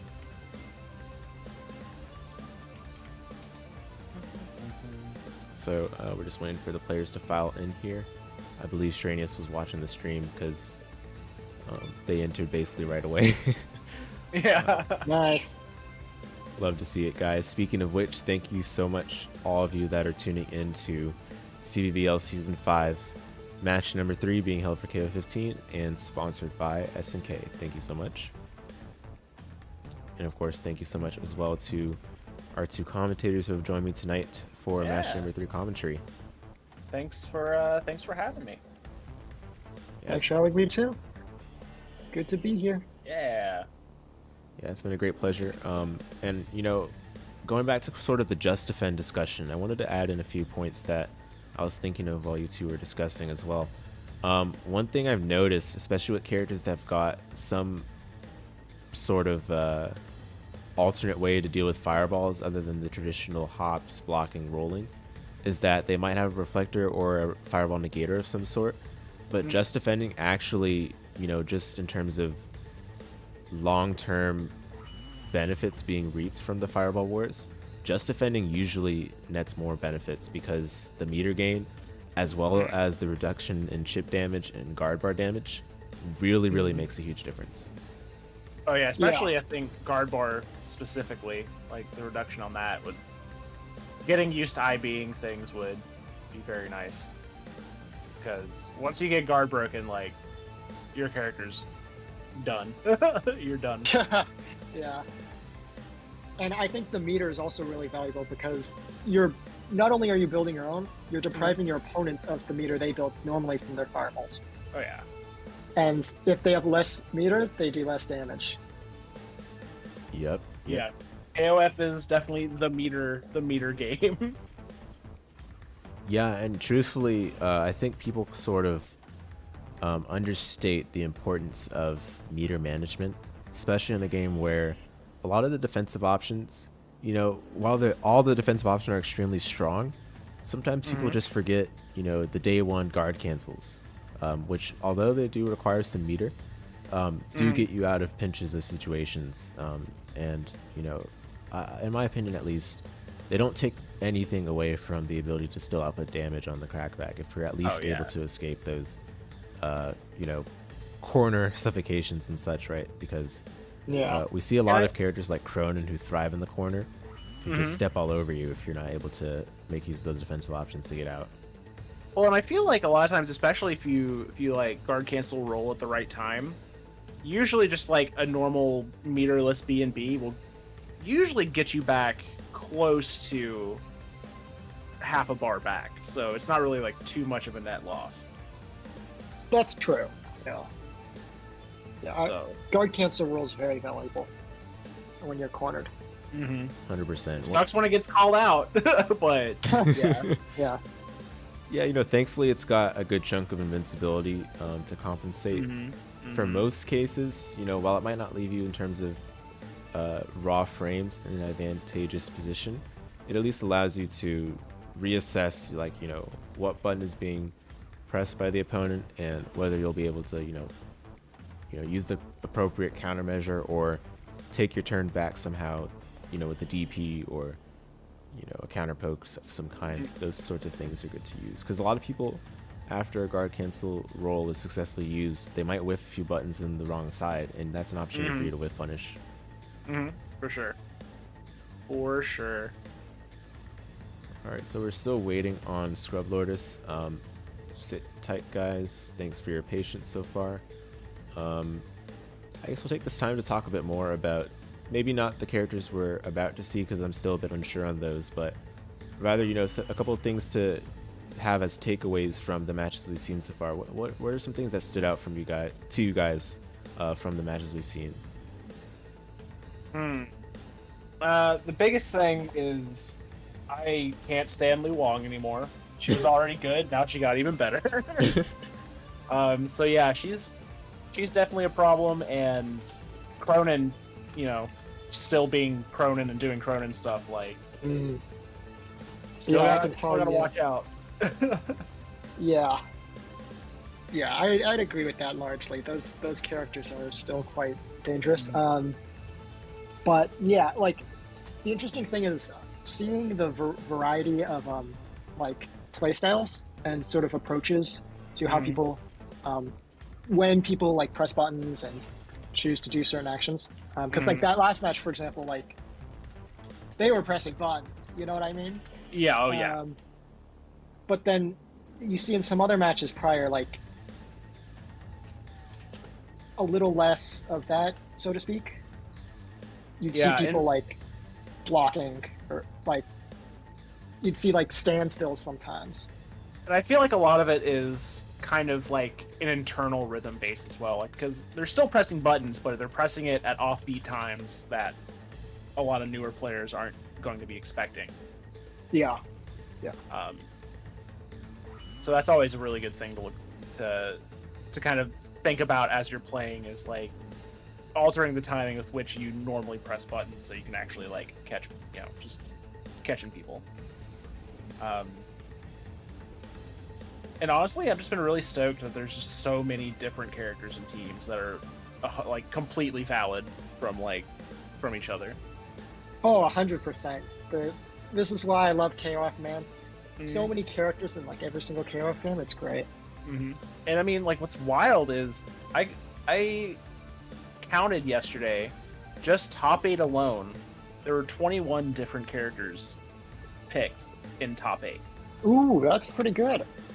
So that's like a third of the cast that's being represented, just top 8 alone.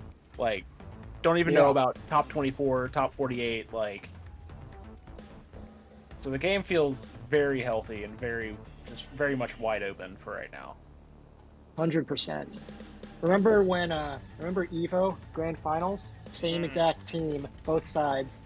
It's like, man, it's the EVO where you want to get people to start playing the game, and it's just... Yeah, I mean, top to 3. be fair, in their defense, I think it was ZJZ and ET, right? I think they're sort of training partners, so... Oh, yeah. You know, they're the Taiwanese players, so, like... Yeah. It's not as, like... It looks bad, but there is some more logic to it than these are clearly the 3 best characters in the game. Well, that being said, they were 3 of the 4 best characters in the game. But, and, like, there's nothing wrong with... I mean, if this is your livelihood, pick the 3 strongest characters and jam them on a team. Like... Oh, 100%. You're making money off it. Play the busted stuff. 100%. I 1000% respect anyone who's playing to win, and plays and just picks the best characters in the game. I think that's totally valid. You know what I mean? That's not what I personally find really enjoyable, but if someone else does, I think that's cool. You know? Yeah. As you see with my character selection, I just like playing a ton of characters, but oh yeah, it's not there's very so many to efficient, choose from. Yeah. It's just fun. That's how I find fun. And if other people find fun by playing like really good characters, or just that's their livelihood, like you said, like that's cool. And honestly, if you have a pocket Iori and just throw him on the team, you can make literally any other team works. Like, if you have Iori, you're fine.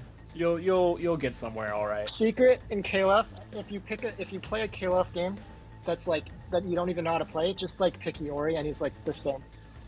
Yeah. It's like, oh, I except haven't for the played games. KOF in 20 years. Yeah. Except for the games where they took away his forward A cancels. Mm, In O2 and UM, he doesn't have forward A into yeah. that cancels. I think he could. Yeah, you can only get supers.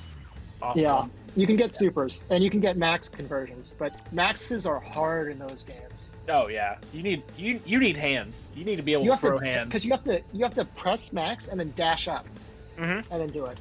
And Or there you are can like, just yeah, some characters can buffer Yeah. like lateral specials from the mhm. BC cancel. Like with Kyo, I do easy mode and I press like close C and then I press down, and then I do quarter circle forward BC and I hold C and I get the heavy Yeah. Rekka, but And also, that's not if optimal. if you're going off of like command normals too, like it helps you dash buffer a lot easier too. Like, Mhm. oh my God. All right. All right, so Anyways, Ooh, thank you guys so much for Shermie, your Ramón, patience. Dinosaur. Yeah, we're gonna see Shreynius versus Alego. We haven't heard back command from grabs are ScrubLordess gonna for come now. out. Yeah, command grab incarnate I can in smell this it. team. Party up in here. This is a burly team. Like, they love giving people hugs. Yeah, I know Ramon is he's so tricky this patch. I mean, he's always been tricky, but now his tricks are like Ready? better. And didn't you hear? He's on the come up. He went from bottom 1 to bottom 3. Yeah, he's still. I'm not gonna sit here and say he's amazing, but I mean, he's definitely better. he's better. Let me put it this way: I play my brother, and he like destroys me with Ramon, and I'm just like. Mm, He was doing that P patch though too, so like I don't know how much the patch changed things. yeah. But here we have this Shermie versus Isla. Yeah. Oh, just the Number 2 takes Close the D. early lead. Ooh. Also, fun fact: close D is throw in full, so don't mash throw on Shermie close D. that's right. Ready? Yeah, She needs it, right? Oh yeah, she definitely needs it. you saw Totally, that was an totally interesting bottom tier. close D though, like to close up the round. He like dashed up and he didn't mediate. He caught like a backdash, I think. Yeah. Oh, Okay, target combo okay. confirms. Nice little combo. Making use of the Andy patch update. All right, let's go, Team Andy. Got this, bud. Ooh, nice Oh, anti-air that was a there. nice answer. Yeah, so for those of you that weren't up to date on the kind of the new scoop here, we haven't heard back from ScrubLordess yet. So for now, we're running this match between Shreynius and Alego. We actually saw Alego in the last match day with this very same team, so I'm super excited to see him again with this team. We'll see if he has any new movements, so to speak. And so far, we're seeing this Shermie put in a lot of work. Yeah, this is definitely Shermie Blender. Oh, 100%. But one thing that I found interesting was the Andy close B he used for anti-airs. You see that like twice. Yeah, I didn't know that did that, but that's kind of cool to see. and that close B is very plus on block. Mm. Ooh, Okay, we should see Okay, meter here we have expenditure. this combo. cross up. Oh, here's the mix There we go. up. Called it. I dropped the confirm. Yeah, decided not to spend the meter, which is fair, I suppose. Yeah. Oh, this is Man, that 2B is so good to poke with. All right, yeah. one of my trading partners plays Shermie, so I have mild to severe PTSD with this character.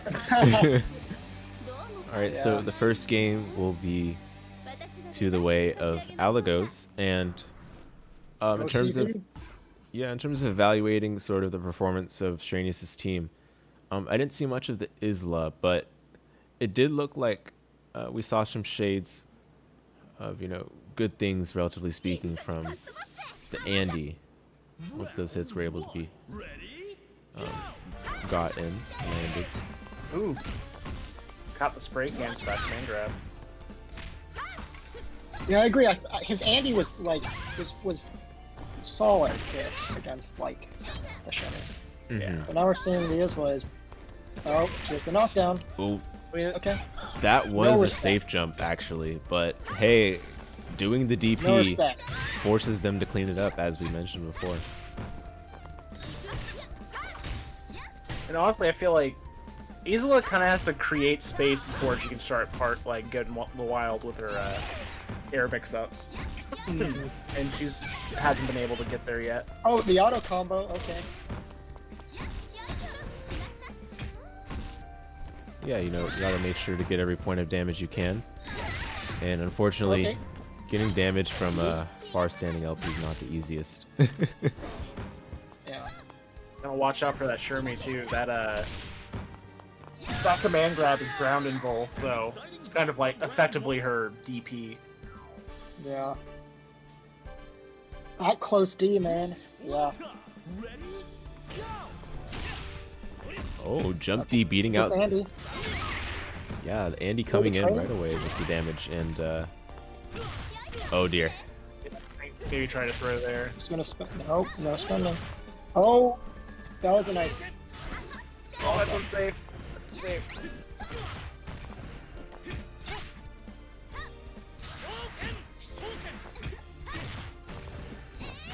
Yeah, that EX Fireball you only really want to use if you're trying to like approach from full screen.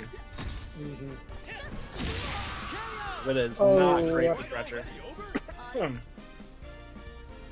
so Shermie, even despite the sliver of health, takes out the Andy, and now Robert on his last straw with 2 bars.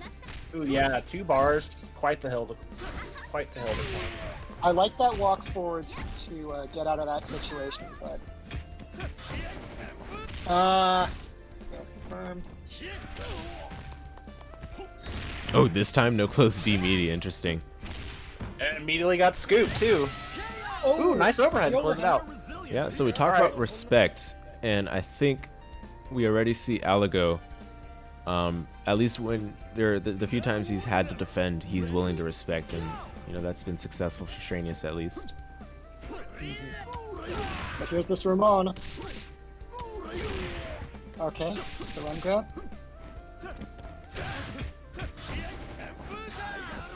Oh no. Nice I missed over it. punish. Dude, Ramon's crouching lights are so iffy. Yeah, they don't seem great. His far A though is really good, but his crouching lights are bad.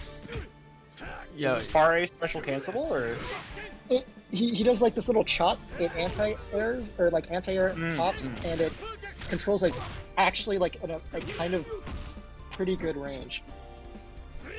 Okay. You usually don't see it doesn't convert into anything, I don't think, but like I find like playing against Ramón to just far A, it's a little hard to like break it.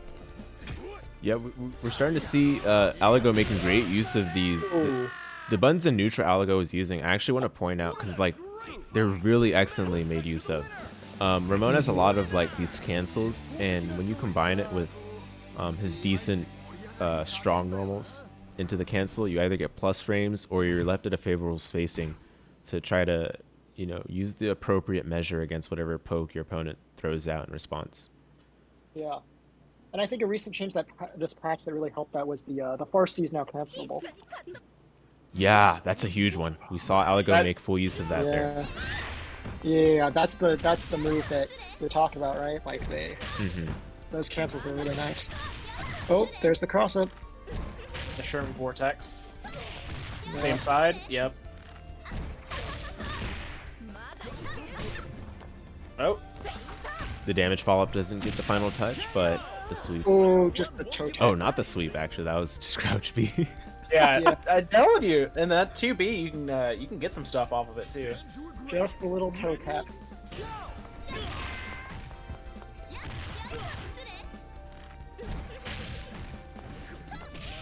Alright, I do think Shreynius has got to start representing the wake-up roll option just to at least get Alego out of his comfort zone on this wake-up. Uh-oh. Oh. Okay. Oh. Not Okay. punished. Oh, anti-air grab. Oh, no confirm. Ooh, nice empty low. All right. All right, this Shermie's cooking. Oh, Oh, certainly. yeah. I think Alego's found his stride on the Shermie. Oh, okay. That was a good reaction. Round start DP. I'm taking notes. Okay, wake up DP. No save jump there. Okay. Oh, another one. He's just getting wild with him. Okay, Shreynius. Okay, I see you. He's just gonna do it. He's just gonna do it. I mean, it's just, what was that player in Street Fighter 4 that played against, it was that DreamHack in Europe, who just, like, played Ryu and just DP'd 40 times? I think it was Gandhi? Yeah, Gandhi, that's right. Yeah. Oh, yeah. That's always a fun clip to watch. But see, the thing is, like, I feel like we should have started doing this whole DP shenanigans in, like, game 1 to put it into his head. Yeah, that's exactly what we were talking about earlier. In fact, we start to see these... Oh, okay. Shermie right. dealt with for now. Okay. Robert still got a Definitely long be a way to hard- go here. Yeah, it's gonna be a hard fight, But yeah, 100% this is what you guys were talking about, where you talked about the adaptations over the course of the set. Yeah, you got to present these conditioning options early so that, you know, they start to stick in the back of the mind of the opponent. And Alego hasn't truly been tested on these final 2 characters, so we'll see if Shreynius... Oh, not even gonna get a chance. So Alego, clean 3-0 on Team Grappler. Yep. Congrats to him. Good stuff. good stuff indeed. So yeah, alright, next match is going to be MOTHMAN versus Alego. Okay. MOTHMAN definitely definitely the heavyweight of the league so far. Finished round 1 at the very top of the leaderboards. Now of course these are the early stages of our league, so there's still lots of calibration left to be done, but regardless, I'd say that placement is certainly backed by his outstanding gameplay we've seen so far in these matches. And he just got back from Frosty, I think. Yeah, that is true too. Yeah, That's right. He was in top 24. I don't know his precise placement, but that bracket was stacked, and he definitely showed out. That's for sure. Yeah. Yeah, so what we'll expect to see from him, he's quite the character specialist, so I don't expect many surprises in terms of the actual picks he'll take out here. But we should see Whip, Benimaru, Yamazaki. Yeah, that sounds about right. Yeah. Now, specialist he is, but let's not sugarcoat how frightening he is on these 3 characters. My goodness. Oh, definitely put in time. Like, day 1, just been labbing it out with those characters. It's really the fact that if you even make it past the Whip, he's got that Benimaru and then the Yamazaki in the back who can just... Like, it's not a sigh of relief when you get rid of the point. You got to get through it. Every single character is a menace. Exactly. So, in terms of just the mental component of this game, you know, KOF being a very fast-paced game, you don't have much time to recompose yourself after, you know, let's say you get a very tight but important win against Mothman's point character. You don't really have much time to celebrate. You don't have much time to think about the certain things that you might have gotten hit by to make it a tight contest. You really just have to take, go full throttle on that momentum once you make it past this first character, because otherwise, the minute you make that mistake, Mothman's going to be quick to punish you. Well said. And you better hope whatever mix you have, if you hit it once, you better make that one time count. Because he will adapt to it. Yeah. Yeah, exactly.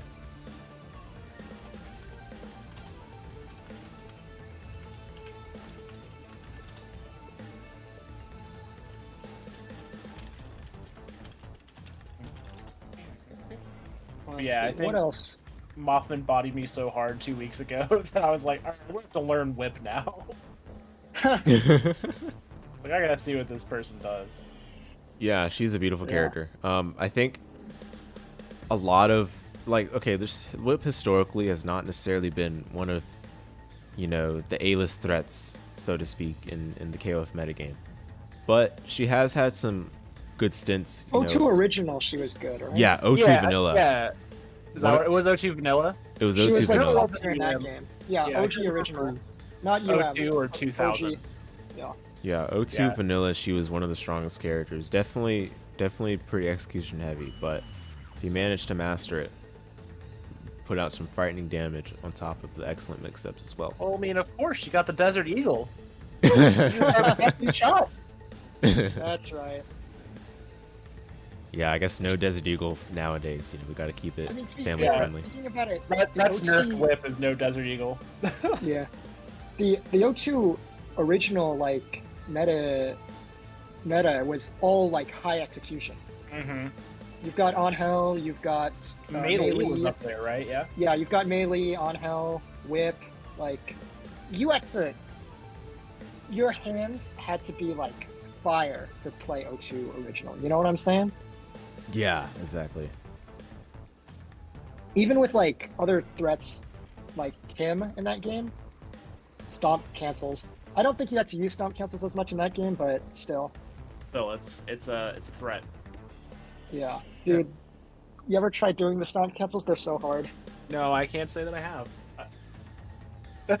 The characters I play so are the hard. most like executionally intensive characters that I'm willing to invest in. Mm. Yeah, so we fast forward to Whip nowadays, now that we've sort of set the stage a bit.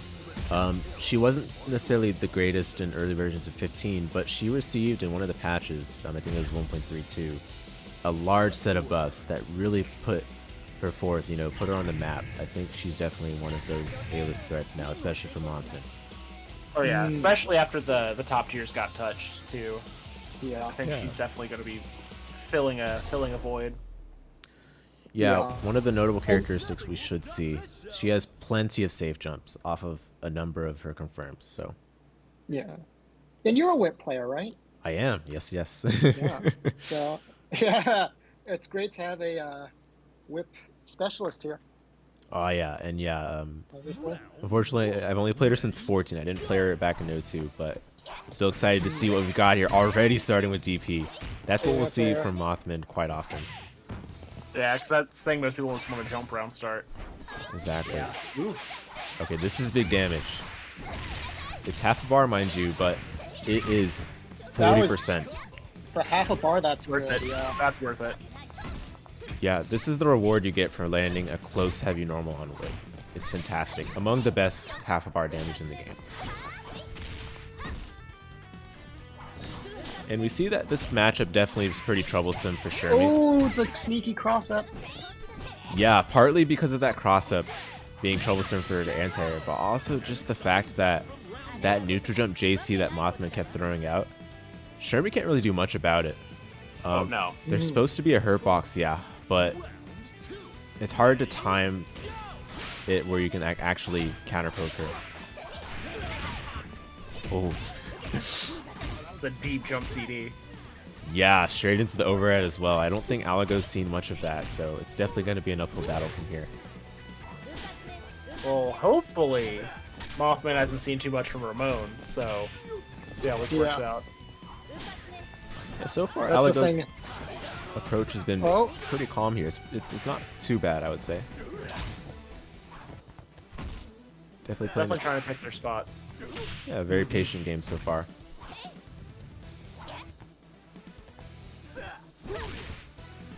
Yeah, those are what I was talking about, where these players are a little more hesitant to press buttons, but once they get it, they hit. They're making you hurt.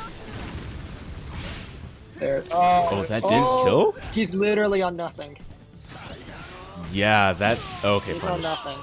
Not looking good for player one. That was probably the closest to, like, not being dead I've ever seen. Yeah, I think it was. Yeah, he literally had like 0, I think, right? Yeah, which is crazy. That move should... Or it can kill. It's not like it's, like, non-fatal damage, but... Regardless, Dinosaur coming in with 3 bars. And yeah, Just spacing him, admittedly, I don't know which if... is smart. The spacing ideas are good. I think the ideas are all there for Alego, but it's just the characters are most certainly an uphill battle against this whip. The grapplers Yeah. against a character that I can mean- space you out. Yeah. Yeah, that's why I'm liking these Mothman jump Cs to keep him out. Yeah, and honestly, the fact that we haven't seen much from that. Oh my goodness. Oh, that was a, What button did what he did he press? stick out there? Stand CD. Oh, I don't know okay. what it was from Alego, but that button from Whip is stand CD. Okay. Yeah, because I'm wondering, like, what did that counter poke? You know, I don't know what. Maybe It was- like 5A or 2A or something. I don't know. it was hard to tell, but Mothman did the stand CD pretty preemptively to, like, basically win out whatever Alego would have pressed, I have to imagine. Yeah. You know, a fun fact about Whip stand CD, it actually used to have iframes back in O2 and O2UM. I think it was absolutely for no reason though. Like, it's not. I don't think it was supposed to have it, but it just had it for some reason.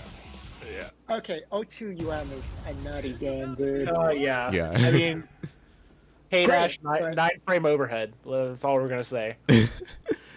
Speaking of overhead, we got to look overhead over here. A character switch coming from Hey. Alego. The Yamazaki. Yamazaki? Yeah. Now, here's the problem, though. Mothman's very familiar with Yamazaki, Yeah, knows that character in and out. so I don't know if you can. You know what I mean? It's Yeah. point is he's not going to be able to get gimmicks off with this Oh, yeah. Yamazaki. I feel like. But if he plays solid, he can do it. It just First things first, he's got to get out of the corner. yeah. You know, actually, interestingly enough, I think it's better to be in the. Okay, I say that, but there's no cross up. He I can't think it's get crossed up. exactly. I think it's Yeah. better to be in the corner just for that reason alone. We should see a super cancel here, yes indeed. So Yamazaki made quick work of, but it wasn't. You know, I say it wasn't too bad, but honestly, Whip didn't take a lot of damage there. No, I didn't take any full health. Oh, Yeah. back to full, back to full. Okay. Oh, just no break on that. No break. Just do it. Very risky round start, that's for sure. Oh, and there's the O2 famous normal by Whip, the jump CD. Yeah. Okay, EXDP just to retain the corner positioning here, but honestly, Mothman, it might be in his best interest to actually keep Alego mid-screen. Uh-oh. Alego pressing buttons after the plus frames. He's gonna get back to full again. Yeah. Yeah, he is. Jeez. This Whip is a menace. And He's tearing him apart. I've noticed from Mothman, he's willing to spend each and every ounce of his meter to kill the characters. Well, yeah, I mean, like, what's the worst that's going to happen if he loses Whip? And I mean, yeah. He's going to get a bar back. Like, okay. That's Yeah, he smart doesn't because need that much. Benimaru doesn't need a lot of bar. Yeah. 1 bar and he's already set to do, like, pretty good. Yeah. Yeah, it's important to point out as well because, you know, we've talked about Whip a bit with her combo damage. She doesn't need a lot of meter at all. So just getting the extra meter spent to perhaps land the kill makes a huge difference. So we won't see the meter spent there, but it's still going to be meaty stand CD. Yeah, if you can get the kill, spend... Oh, Oh, nice. Kento okay. Super. That was neat.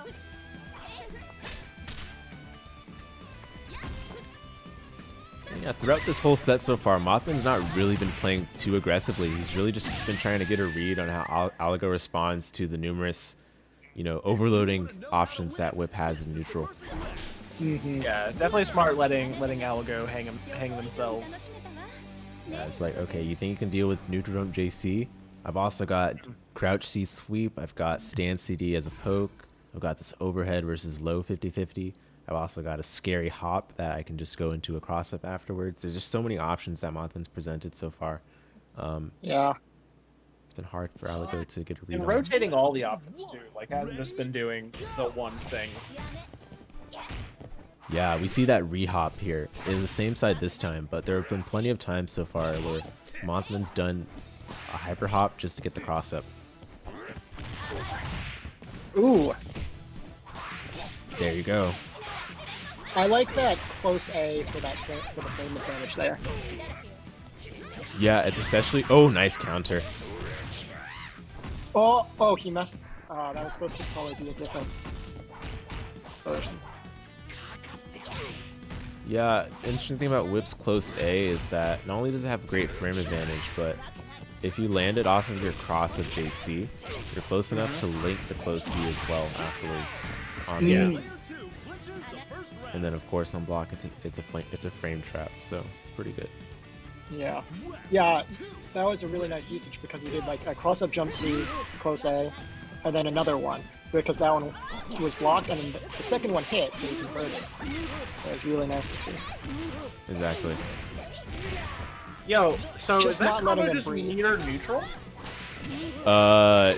Pretty darn close. Yeah, that. Yeah. She's that, not letting him breathe. yeah, It's slightly minus in meter, but it's like that not close to enough to being really neutral. count to matter. Yeah. Yeah. Probably get it back just off the pressuring after that. Exactly. Oh, that was Yeah. a quick rising JC.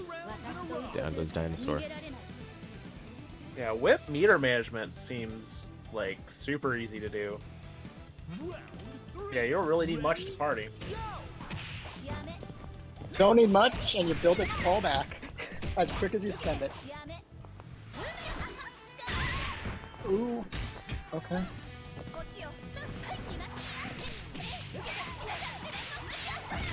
Oh, yep, there's that link you were talking about.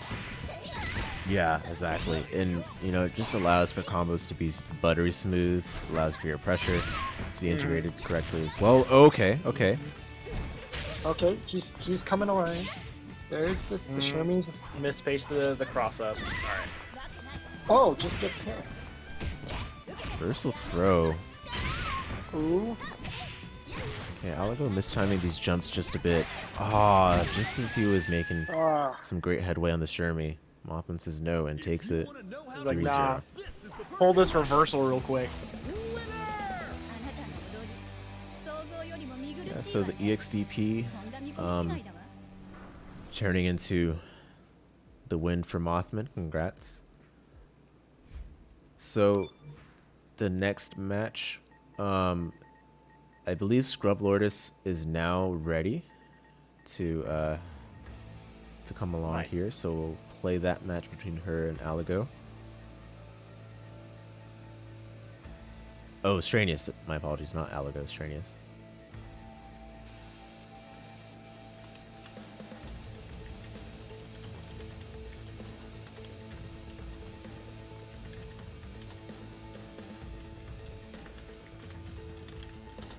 Give me a moment, guys, and I just need to type this stuff up to the respective thing. players. Let's see, what's something funny? Remember in '98 original when meter, like, with the little faces, and the I meter would actually- like transfer differently, and it was just random. No, actually, you know what? I never played 98. All right, let me tell you about this because it's hilarious. Paint me a So- word picture. So you know how in this game, right? Every time you lose a character, you gain another meter, right? Both in terms of like your max meter and like the max amount of meter you can have, and just like a raw meter, like a, you know. Anyway, in all the games previous to 14, 14 was the one that introduced this, I believe. But like in 13 and prior, your meter just stayed the same, but you gained one like additional maximum meter. So you would never be able to enter the final round with like 5 bars, for example, right? Okay. In '98 and '97 too, and like all some of the yeah, it was just '97 and '98 really. There was a system where basically it wasn't consistent. In '98 specifically, it was completely random, where on order select. When you get to order select, if you press I think you press start, you'll see these little like emoji faces pop up, and they'll either be like smiling or like neutral or like angry. And if it's smiling, that means once that character gets knocked out, you get another meter, just like it does in this game, right? Yeah. But if it's neutral, it's just the meter just stays at whatever current level it's at, like it does in the games previous to 14. And then if it's angry, it actually drains your meter by 1. What? Right? Crazy, right? And so how it worked is in 97, it worked strictly based off of like you can actually you can team comp with it in 97 because it's based off of like the canon, or loosely based off of what canon relationships or whatever are, so to speak. Like I don't actually know the chart, but for instance, like if you picked like Mai and Andy or something, they'd always like transfer meter well, right? Okay. Or if you picked like, I don't know. Again, this is not like, I'm not saying these are like exact examples because I don't know them off the top of my head, but like if you picked like, I don't know, like Joe and Iori, they hate each other, so like they'd always drain the meter. You know what I'm talking about? Huh. And 98 changed it and it made it so that it was completely random based on the day. Like every single, like it was based on like the internal clock on the machine. And day by day, like if you pick the same team on the same day, it would work the same way. But if you woke up tomorrow and you went to the arcade, the smiley faces would be totally different. Huh. The Way thing to that bring this that also back. affects, the thing that this also affects is in 98 and 97. You know how like if you watch it, you're playing as as like the character, right? But in the background, you see your other two characters like cheering you on in the background.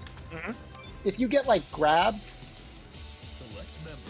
if you get grabbed and your one of your other characters is like a smiley face, they're more likely to like run up and like hit the other guy who's throwing you, and like basically like reduce the damage of their grab.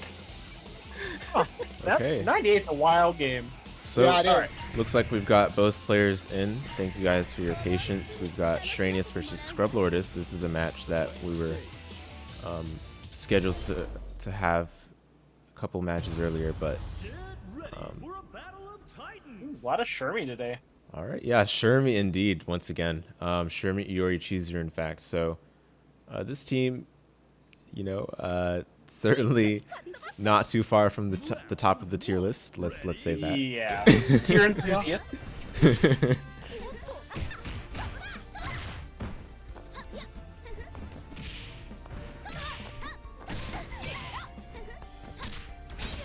Oh my goodness. Oh wow! Just grabbed him out of the spin. Was that the spin kick? I think so.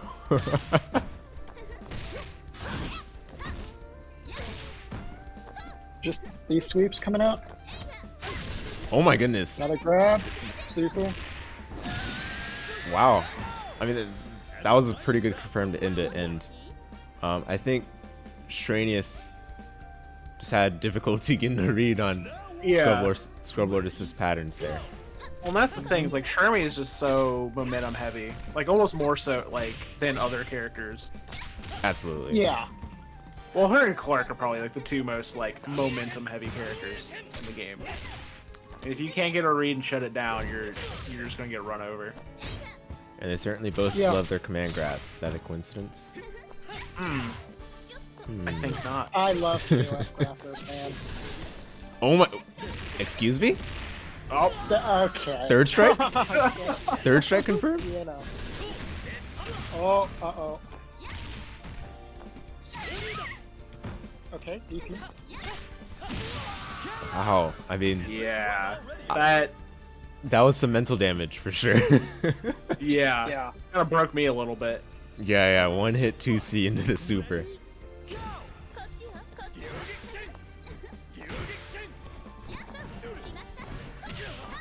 Yeah, this Shermie's just like all over the place too. Yeah, it's definitely one where you know, hard to get a solid read. At least that's what we're seeing from Shreynius so far. 2 crouch Ds in a row, that was funny. Yeah. And these rolls as well. Again, these sort of. Oh, okay. Okay. Decent damage. Interesting ender, but... Oh, OS throw. Interesting. Oh. Okay, I like that stand beat. Yeah, made sure to safely deal the last points of damage against the Shermie. We've been talking a lot about Robert's crouch beat, but his 4B is unfortunately not cancelable like the crouch beat, but it is a very nice poke. Yes, indeed. And my apologies for those of you watching the stream. I accidentally updated the score. My soul just died seeing the Iori crouch D. It worked, but there it is again. Uh-oh. Dude, I can't. The DP, let's go. You're one of It those worked. who thinks Crouch D is a bad button? It worked, but like, it worked, so I can't say it was a bad choice, but See, here's the thing. What if Iori 2D is good because everyone else says it's a bad move and never expects to get hit by it? So therefore, cycles back around to being a good move. okay. Have you seen the you know what's funny? The I want to call it SOK, but now it's called Super Combo, isn't it? Right. Yeah. The Super Combo 98 Iori page, the first thing you see is this big giant rainbow GIF that says "Stop using sweep." Oh yeah. I think that's It's on true. the Dream Cancel one too. It's true. Yeah, I wouldn't be surprised. That sweep has years of recovery. It ages Iori by at least 15 KOF games. Right? Yeah. But for the record, here's the thing. I'm joking about saying it's that bad. It's fast, it's long range, but it's death on block. Yeah, it's not great. Notice I on don't- block on whiff, that move is ouchie. And the fact you can't like special cancel it either. Is, Technically, you can max cancel it, but you're not gonna do that. Let's be real. yeah. Why would you max cancel a knockdown? Yeah, in the Not practical even a hard sense. knockdown, so you can't even OTG after. Oh yeah. Right. I think technically you can, but it's like they can, you know. But anyway, Oh, nice that catch was in the roll. nice. That was great. Yes, Shermie 2D. indeed. Button's a borderline war crime.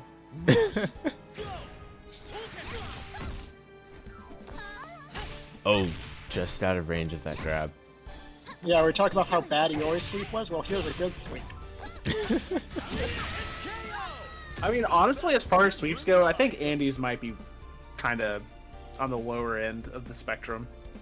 Oh, I was talking about Shermie's, but yeah. Oh yeah. Sure, never mind. Yeah, Shermie, top tier sweep. Yeah. But yeah, yeah, you're right. Andy's is like whatever, but Shermie's though.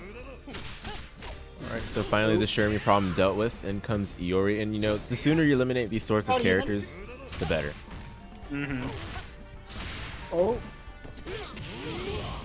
What? What was that? Crouch C and a... Some legendary confirms, as you can see. Oh, Oh, what a DP. this, Like it's working, but this Iori play's hurting my soul. Oh, don't worry. Oh, okay, auto combo time. Is Oh, that dead? Yeah, there you go. Man, how can you possibly know how to counterplay if I don't even know what I'm doing? okay, that's facts, but... Alright, but in comes Chizuru with nearly 5 bars. Just about 4 and, let's say, 2/3. Yeah. Yeah. She can definitely get the party started. And that Seal Superman. Oof. Oh, true. It's not Other as stuff. it's not as notable in 15, I should say, as like 98, for example, but Oh no, in 98 it's stupid. it's messed up in that game, yeah. I'm not gonna sugarcoat it. In 98 it's absurd. Indeed. Oh, but as we just saw, Oh. actually, we got a glimpse of it there. But Chizuru, another one of the characters that can punish Andy's dash elbow, thanks to her excellent ranged 2C. That's true.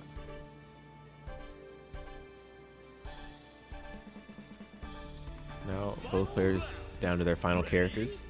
I mean, this is very much doable for ScrubLordess. Oh, 100%. It's about even because one has the life lead, one has the meter lead. That's right. Oh, you know, that was supposed to be EX Fireball, I'm sure. Yeah. And I think Shreynius Yeah. has got to sort of like stand back, throw a couple of fireballs, at least regain, you know, a bit of control and, you know, stir away the chaos raw here. max. Raw Blue Max? Honestly, the raw with max it? is very smart. Increased It is, damage. yeah. And the DP. Yeah. I mean, I'm also a big fan of the new Blue Max changes too. The fact that you can still gain meter back. Yeah, Big fan I think of it's that. I think it's a nice change because it makes it a little better. Definitely. Especially for the times where you accidentally Blue Max and you're like, well, there goes 2 bars. You feel a little less bad. You know? Yeah. Yeah. I just find it funny that like they have to change it from 14 to 15 to now, they have to change the way the max mode works so much just to make it so that people raw max. Yeah. Guys, You can do it raw now. max and neutral, guys. You're supposed to do it. People still don't do it. Okay, we got to make more changes. Yeah, they've had trouble incentivizing this, you know, historically, just for a long time now. I think 15 is the first game, at least, you know, this version of 15, where we can finally say that, all right, raw max is a bit useful as, you know, when used the raw way, but it's still frowned upon in those situations. There, I think it was actually very smart, though, from ScrubLordess. Yeah. Especially because, like you were saying before, where Shreynius should have probably slowed down the pace of the match, but with the Robert, because Shreynius wasn't, it was kind of a good play to just raw max, because if Shreynius slowed down the match, it would be a lot worse to raw max. Right. Oh yeah. But if you're both slugging, you know. Yeah, exactly. Our knockdown. So we're starting to see some Isla put in some work. Look, Shermie's already down. Iori down to half health. Oh, that was. Oh, Yeah, dash I don't know about this Iori. It's working kind of, but. Uh-oh. Okay, throw punish. Ooh, risky DP, but I'm so confused at these DPs. you know, if you're Because, like- confused, then they're working. They're doing their job. But it's like close C and the DP on block. Like what? And then that was just jump C and then DP. Because someone's gonna try to press buttons. Bro, this is crazy. Oh my. Okay, that was Alright. that was ambitious. That was ambitious. All right, Scrub Here's Lord the is thing. needs Here's to the thing. chill. As weird as that sounds, I actually kind of like that because I use Iori's EX Super kind of like that sometimes. Because it's frame 4. Oh, no blocking the overhead, Rekka. Oh, the sweeps. You hate the sweeps, hate the DPs, love the raw maiden masher. All right, I see you. Oh, I don't like that. Oh, okay. What kind of mix-up is that? I use maiden masher for movement. My movement option. I think I understand what's going on here. It's all about chaos. It's all about stirring that pot. I mean, it's Honestly, I'm working on really me. enjoying watching this, but it's just like wild, dude. Yeah, I mean, hey, we mentioned the confusion point. If we're confused, I sure as heck bet that the players are confused too. And that means I You think these are can't doing their predict what job. I'm gonna do if I can't. If I don't know, Exactly. you can't know. Yeah, Yeah. exactly. You cool. I'm 20 steps ahead of myself. Oh my god, what But hey, look, I think Shreynius has done a good job. He's they found the answer here, right? Like slow down the game a bit just to ensure that things are all in control. But for now, Robert's got to win the anchor war to finish this off. I mean, this is a little bit better now. Equal bar has a little bit of a life lead. yeah, exactly. And I love ScrubLordess's ability to use just Chizuru's little Zoidberg roll. Like What? nope. The Zoidberg from Futurama? Is the I don't know anything about Futurama. Oh, well, never mind. Someone who got it probably thought that joke was funny. Well, we saw the Seal Super confirmed then. Oh, just DP, just DP, just DP. Look, just DP. And it worked, so props. Well, for one, I think that confirmed to the Seal Super certainly turned the momentum on its head for ScrubLordess. It certainly sealed that match. Without a doubt. Hey. Alright, so good stuff to both players, but in the end, ScrubLordess will take it 3-0 over Shreynius. Oh, we've got one member in the chat, Zenryoku himself, who appreciated the Futurama reference. See, I told you someone would get it. Okay, you know what's It crazy? was a bad joke. It wasn't that bad of a joke. No, okay, you know what's crazy? I think someone else said some sort of Futurama joke just the other day to me, and I didn't get it either. You just glassy eyed, just cool. So what you need? Sorry, go ahead. No, I was just saying because it's crazy because I don't hear Futurama references at all, but in the past I swear, in the past like 3 days, I've heard like two one from you and one from like someone else, and it's So like, this is the good Lord above telling you to watch Futurama. okay, Yeah, maybe thanks. you're right. Yeah, I mean it's good stuff. Just don't watch the episode where Fry has to find their dog. That's a very Is sad that the one? episode. Is that the one with like the Richard Nixon head or whatever? I mean, that's Futurama, yeah. He Yeah. ends up getting reelected as president. Because I've seen clips of like that, Yeah. of Richard Nixon's head. I think. Yeah, no, that's Futurama. Yeah. Okay. Yeah. All right, He's guys. the president of Earth. So, our penultimate match here for match number 3 will feature Mothman and Jacob. Now, I do have Ooh. to raise an important note about this one.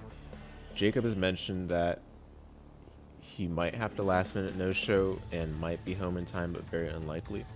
So we'll give this perhaps a 3 to little bit 5 of minute time. wait and see if there's any update on his status. Otherwise, unfortunately, we'll have to put this Okay, match we can- behind. And Then who would be? Oh, then I'd be the last match, huh? Me and KSA.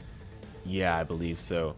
Now, I think Mothman is watching the stream, so he'll hear that, and we'll see if we'll see Jacob shuffle through here. But Sounds like a plan. yeah. On another note, I do want to once again thank you all for tuning in to CBBL Season 5 Match Day number 3 being held for KOF 15. Special thanks to SNK for sponsoring this league through their esports support program. And also, of course, special thanks to Ciano for being basically the founder of CBBL, Collegiate Brew and Battle League, which has been going strong for 5 seasons now. This season marks the year anniversary for CBBL, so it's super awesome to see it, being run for the full year, and looking forward to see it continue to be run for a multitude of our favorite games over 2023. Special thanks as well to our commentators for joining me tonight for commentating the exciting action we've seen from our competitors here. If I lost all of my matches tonight and I had just like a terrible migraine and had the worst go of my day ever, just to watch the last match that we that we watched, I think it was worth it. Fair. Yeah, I gotta say, like, I mean, I lost both my matches, but like, KOF's KOF, man. Yeah. If I'm playing and I'm losing, I'm having fun still. Oh yeah. If I'm watching it, I'm having fun, dude. Like, I mean, let's be fair. KOF is a goofy game. Like, it's hard to be mad about some of the things that happen in this game. yeah. But I love it. Quirks and all. I love it. Absolutely love all the flaws and quirks and weird oddities, but you know what? It's great. Like, the amount of times, like, in matches have been like, I've had to ask, what just happened? is enough for me to love this game. Yep. Yeah, that's a great way to put it. So I am looking at Mothman's remaining matchups, and I'm wondering if any of you guys in the chat who are set to be Mothman's opponents are willing to challenge him here while he's patiently waiting for the opponent we had slated for him. Is that something any of you guys in the chat are willing to take up?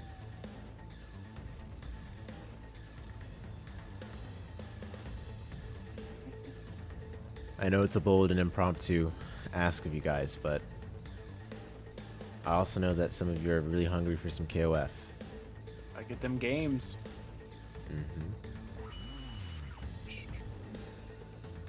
See, where are my... Oh, yeah, see, if I had to play Mothman again, I would say I'd do it, but I don't. Yeah. So. Do I have to play him? Hold on. Let me check. Yeah, I don't think any of you two are on his Yeah. matchups. I played him last unfortunately. round. I'd gladly get beat up. Okay. it would be an honor to get dunked on to that degree. Truly, yes. Unironically, though, yeah. You know, Good sets are good sets. yeah. Like, if the player's beating me by like a lot, honestly, that's sick. Like, cool to see people like play really well. You know? Yeah, and like that's how you know like you need to get clowned on by somebody for you to know like what you need to work on, and like Oh, 100%. Yeah. what just to stop yourself from plateauing. Like you just need to see like, oh, okay, there's still much more for me to learn.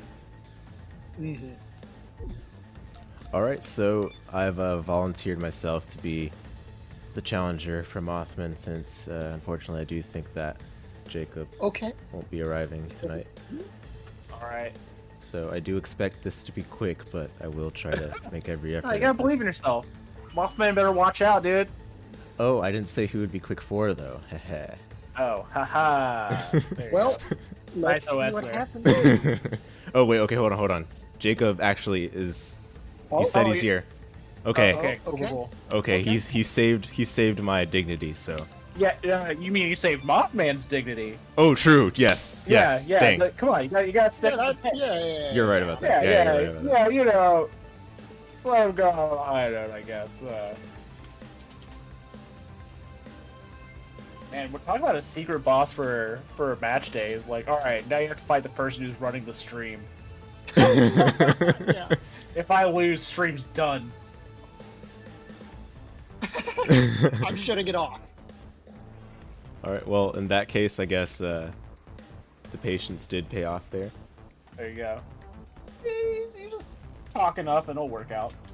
It's when in like '94 you beat like the first Rugal, and then like he takes off his shirt, Oh yeah. and he's like, and then he like genocide cutters you, and it does like over half your life, and you're just like, oh. Man, that's why I used to love about old school like arcade bosses, like fighting game bosses. It's always like you beat them, you're like, yeah, I got it, and they're like, no. Yeah. Same thing with like 99 Chrysalid does that. Here's my beer. I'm about to go do a 50% combo real quick, literally. Yeah. Dude, old bosses are wild.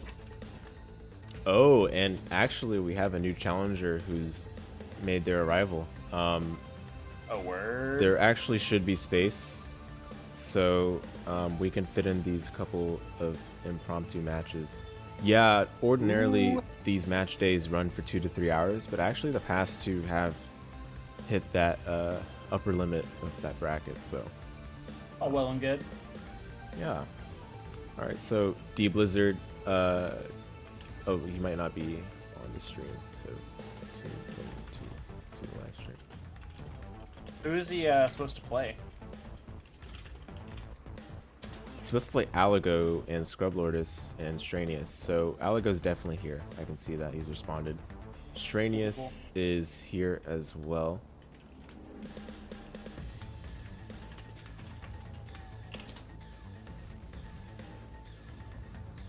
Or Shreynius might be here, I'm not sure. I know ScrubLordess had to go, so unfortunately won't be able to get that one.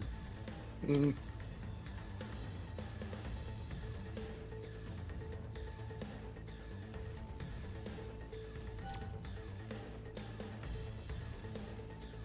Okay, let's see this match. Okay, we're about to go underway with Here Comes a New Challenger. Yes, indeed, Zenroku. Missed my opportunity to say that, but regardless. So Jacob is pretty much an unknown for our scene, but we do see the Shun'ei Athena Joe. Oh wow, okay. That's a team. Joe, Oh. this is the first we've ever seen of him in this league, and perhaps the only we'll see of him. Get ready for a battle He's no joke. I see what you did there. Yeah. I expect better. But yeah, Joe in the anchor position, if those combos are down, Spooky scary. Oh yeah. All right, Athena Get point. his loops right.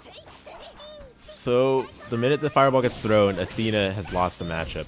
Let's just be real here. But I mean, he seems to be navigating pretty well too.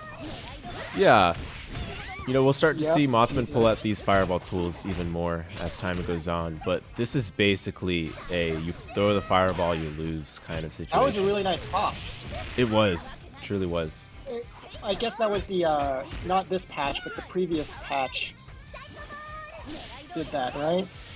That's right. Yep. Oh, this DP. Ooh. That's it. Because yeah, the previous patch it like decreased the lower hurt box of 2 projectiles or whatever of like hops, right? I believe so. Yep. It was some sort of change like that. Okay, standard Shun'ei combo, nice.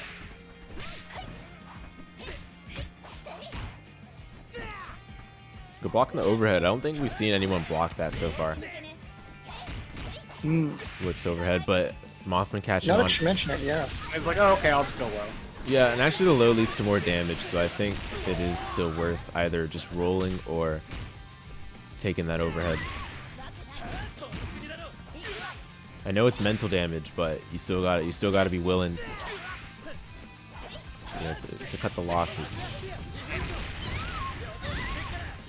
Big damage from the Shun'ei. Damage. Ooh. Wake up DP. You know, all things considered, he's navigating it really well. Oh, absolutely. Oh, okay. I would have liked to see the Ooh. wake up DP actually. Spend that half bar, get rid of the whip, but it's fine. He's just trying to save it for Joe TODs. True. It's respectable. Let's see if he's got him. Ooh, but this could. Yep, there's that link again. This is big damage. And actually, ending, you guys might be a bit puzzled by the side switch ender, but it actually leads to a safe jump proper for whip. It's a little less damage, but it's a safe jump instead of the other ender. Oh my god. Oh, that just, yeah, you can't do fireballs. Yeah, whips, reflectors, probably the best in the game. The durability is insane. It's like not even EX durability, it's like super durability. Like it has like a lot of hits. Yeah, it it just can ate go up all through. those tornadoes, didn't it? Yeah. That's It's really like crazy. that. Oh, okay. Joe getting started. Oh, we're gonna see it. Oh, missed the DP, but that was still a good conversion all in all. Yeah, efficient damage. And I think Mothman. Oh my goodness, 2-tap confirm, and that Joe is dead. That Joe is DED. Oh my god. That did so much. Yeah, that was Benimaru's climax. Unfortunately, it's not the flashiest, but you know, it is quick and emphatic. Same since 13. Yeah. Poor guy, Still man. not that great looking, but you know. Okay, interesting. So Jacob going back to order select just to pick the same. No, different order. Shun'ei first. Okay. Yeah. Okay, I see you. Doesn't want to put the fireballs up against Whip, maybe. Because maybe that's what his Athena game plan relies more on. Yeah. That That makes would sense. make sense. And Yeah. Shun'ei 'Cause, definitely looks if you're pretty not good able to do fireballs with Athena at all, I think this can make sense. there. Agreed. But he will have to be jumping a bit more deliberately because Mothman's not a person to miss these anti-airs. Oh my god. That overhead hit. I mean, and then the other approach option he has now in this patch is the forward B cancel into air dash. Oh, okay. Sounds saucy. Stand CD confirmed. Misses the DP. Okay. Shun'ei stand CD is really good. Yeah, it's pretty Yeah. underrated. It low crushes too now, right? Yes, Oh, absolutely. Yes. it does. And the other thing about it is you can just cancel it into a quarter circle back A, and it's safe, basically.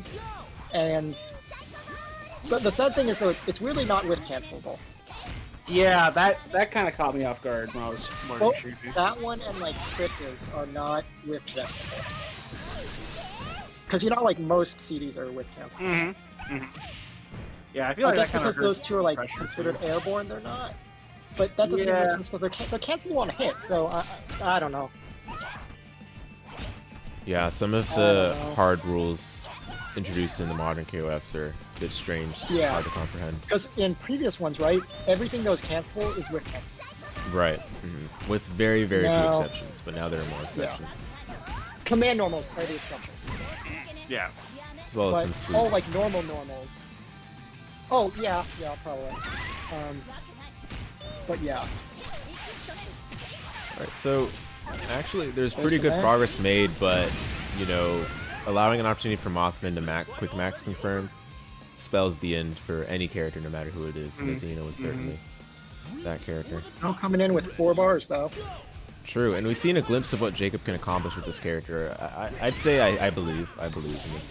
Yeah, I mean, his Joe seems nice, but he just has to get in. Uh-oh, okay, this is not good news. Yep. So that meterless confirm Mothman opted for is only possible if you get the one-hit close D. It's a very useless point of knowledge, but it's funny. Oh, that's interesting. Yeah. Okay. Okay, Yeah, yeah. that sounds about right. The overhead to finish Yeah. off. Yeah. Is their close B a standing low? So her close B is a standing low, yes, but that is also like her proper repeat. It's basically functions as a crouch B because Yeah. she doesn't. Her crouch B is not chain cancelable. It's just special cancelable. But That's right. That's one of the weird quirks. her Yeah. crouch B is very strong still. It reaches very far. It's fast for its range. It also allows you for a good string into her command normal for a relatively safe hit check. Oh, wait, command normal cancels? Yeah, that command normal, the move where she throws out that whip a bit along the ground, that's her command normal. It's 3A. Okay.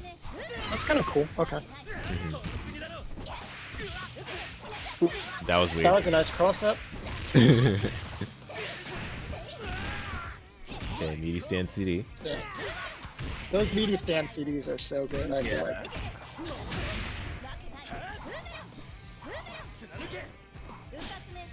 Okay, a couple of whiff DPs for, you know, posterity. Let's see if Jacob can get a bit more damage before Mothman starts to run away with this, you know. You don't believe in him? Well, so far, okay. I mean, It was looking pretty good there, actually. actually. But yeah. Yeah. We just don't want, you know, Mothman to start feeling himself before Jacob gets that offense going. Oh, interesting. Okay. Oh, what an anti-air. That's 2D. No invincibility whatsoever, but if you time it properly, it's a great anti-air. Had the read, yeah. Hitbox is upward. Man, those reflects are so. You're right. That reflect projectile, like, it's so good. Just shuts her down. Yeah. Athena just gets completely invalidated in this matchup if she throws a single fireball. There's a safe jump. So, Mr. Joe, we've got an important call. You gotta tend to. The call to action to delete Whip, who's on the most wanted list of Mothmans.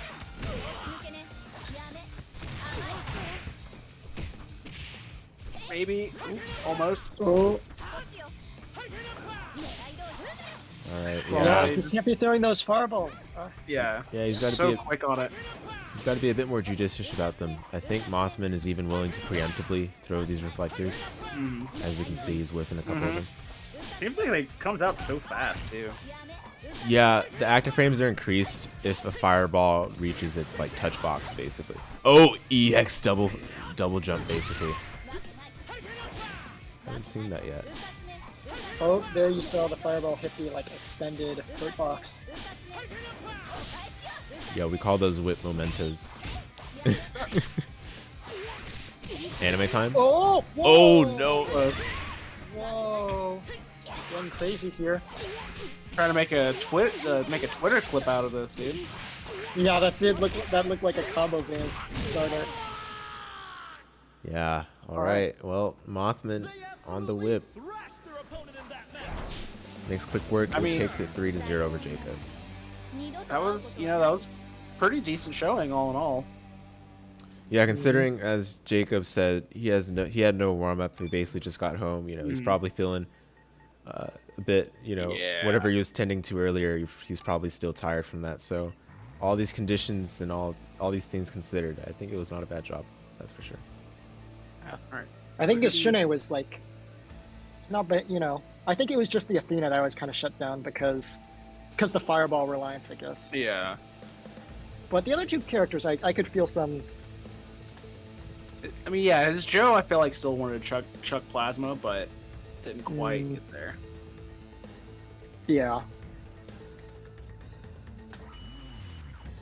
right, so who do we have up? So up next is our ringer head of sorts. It's gonna be Alego Alright. versus dBLIZZARD. And I need to check some of dBLIZZARD's other matchups here. It looks like he does have StormClaymore as an available matchup as well. I'm not sure if StormClaymore you're still watching the stream or whatnot, but if you are available, please let me know.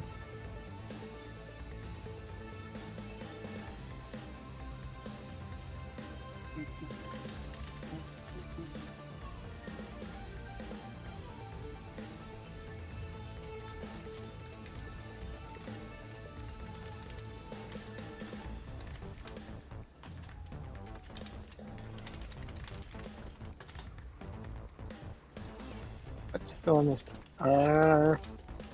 Let's see. KOF trivia. What else can I pull?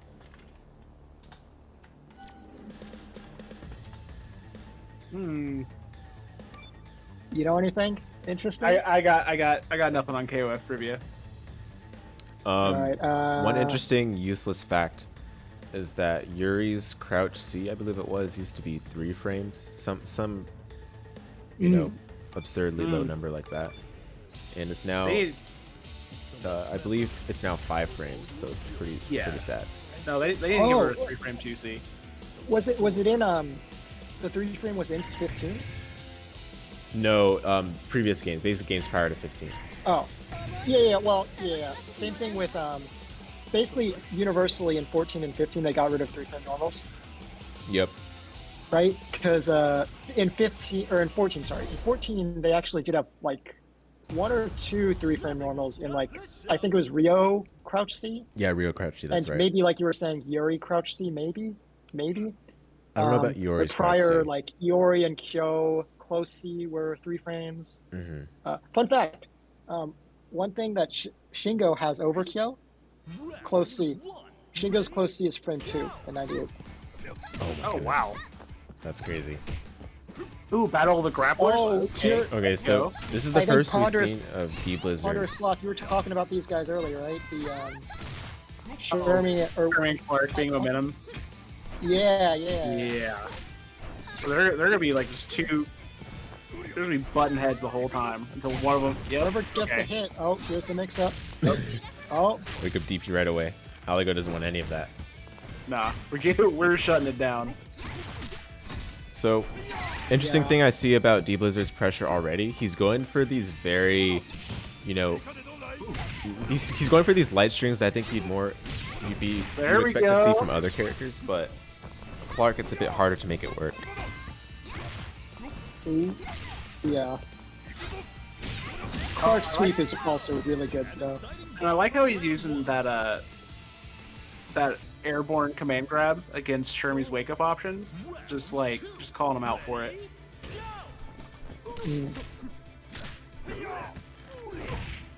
Oh, here's the Ramón. It's always a pleasure to watch a Ramón, I feel like.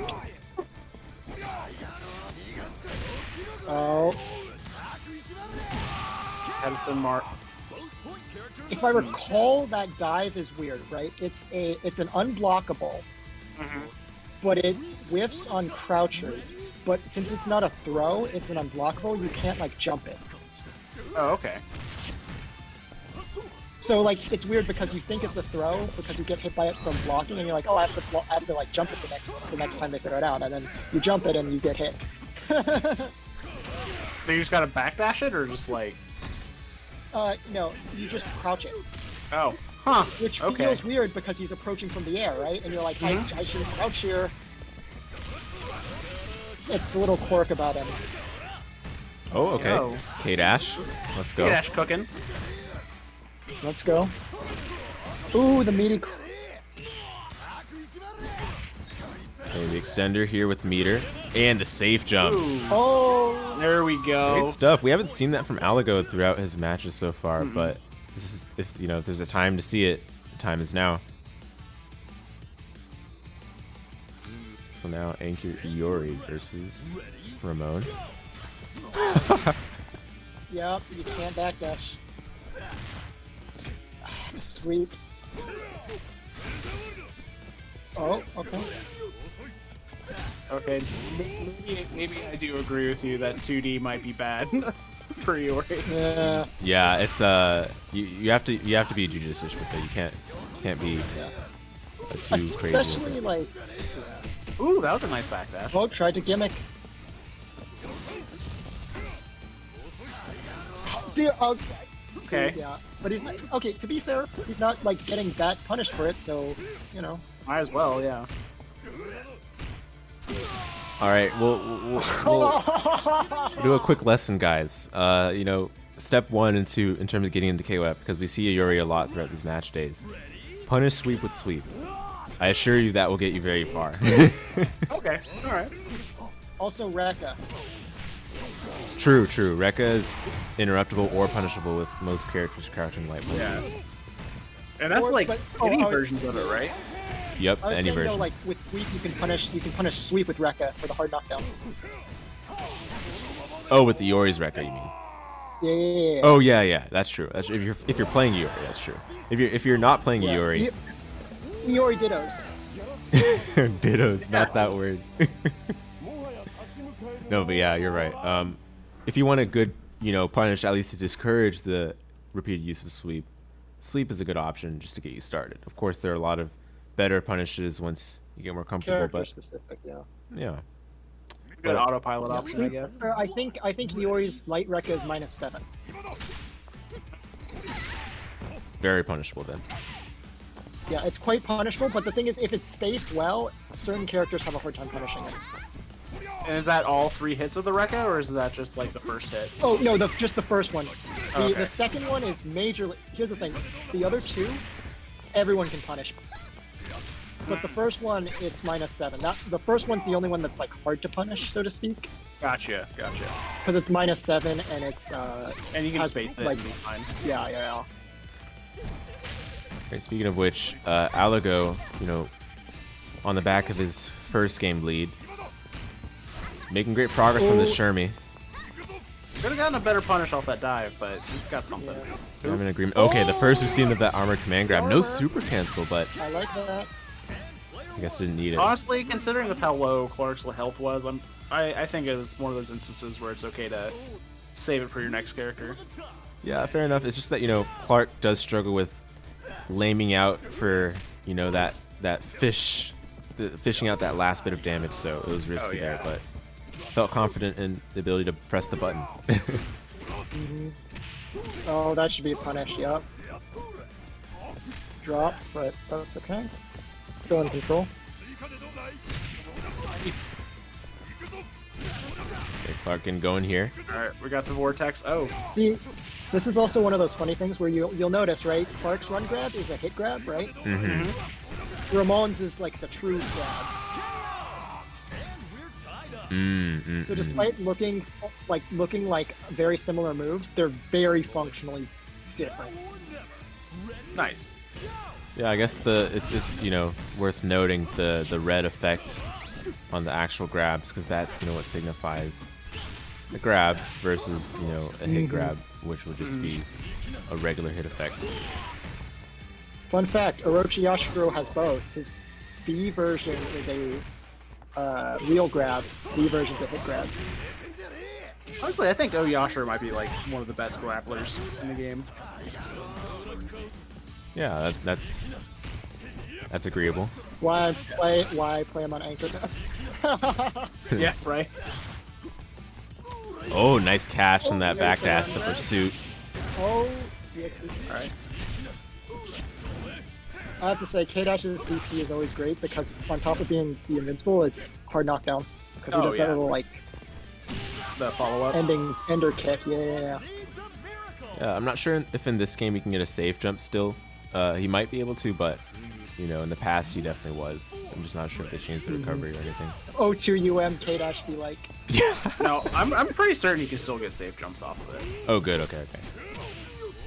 It might just be like screen dependent. Gotcha. Oh, yeah. That makes sense. Yeah, that Ramón Farsi buff's coming in. Oh, great read. Keep that now. All right, great damage offered as well. Simple air exchange leads to about. I like that. Did you see him do that shimmy? That was nice. Yeah, I did. Alego playing the Ramón beautifully. I think this character's certainly making, you know, dBLIZZARD shudder a little bit, making him a bit unsure about how to time his movements and such. Yeah, and that's Ramón in a nutshell. I feel like he has so many like tools that are like weird. Is how I would describe them. If you don't know how they work, you're gonna get blown up. Like again, like that dive that I was talking about. That's like a lot of his tools are like that, where like you can beat it. You just have to like. It's counterintuitive, so to speak.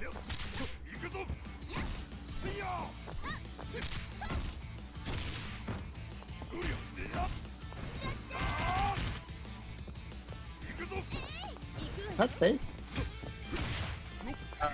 The punches? I'm not certain. I have legitimately no idea what. Like.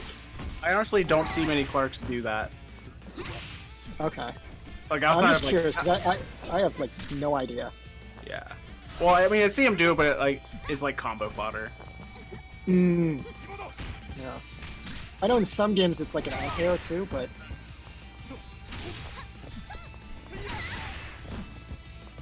Okay. Like, remember, is Clark have to mash to get those punches, or is that Ralph? I can't remember. They might have simplified the input in this game. In older games, yeah, but in this game, I have no idea.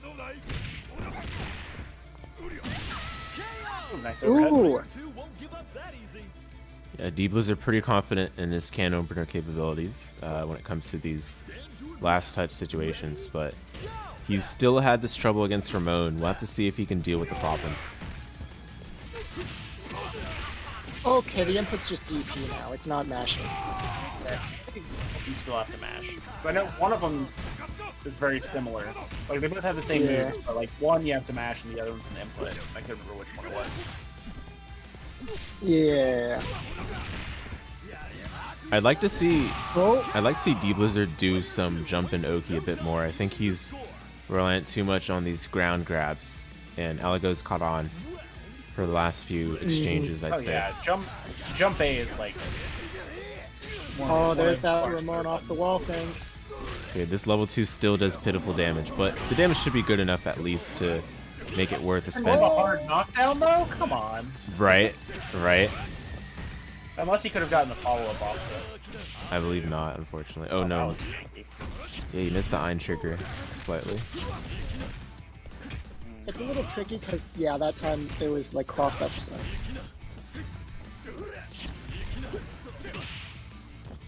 Nice Shuusai. One more touch, and yes, now dBLIZZARD has gotten rid of this Ramón. So we'll see the Dinosaur again, but this time a much more significant lead. So this should be a pretty solid matchup in K-Dash's favor. Agreed. But Especially with all those new buffs. I do want to see dBLIZZARD just sit back and chill for this matchup at least, because Oh, that must have been a mistake. So now the matchup isn't in his favor anymore. Once Dino gets knocked down. Yeah. It's alright, he's still got Iori in the back, so. Oh, he's going in. Yeah, for this matchup, especially given, I mean, okay, now that dBLIZZARD doesn't have the lead anymore, now we'll he's have to get a doing clean hit. But yeah, we're starting to see this lame game again. But Oh, that should have been the EX. great timed roll, had enough time to block the far C. Oh, tried to go for something tricky.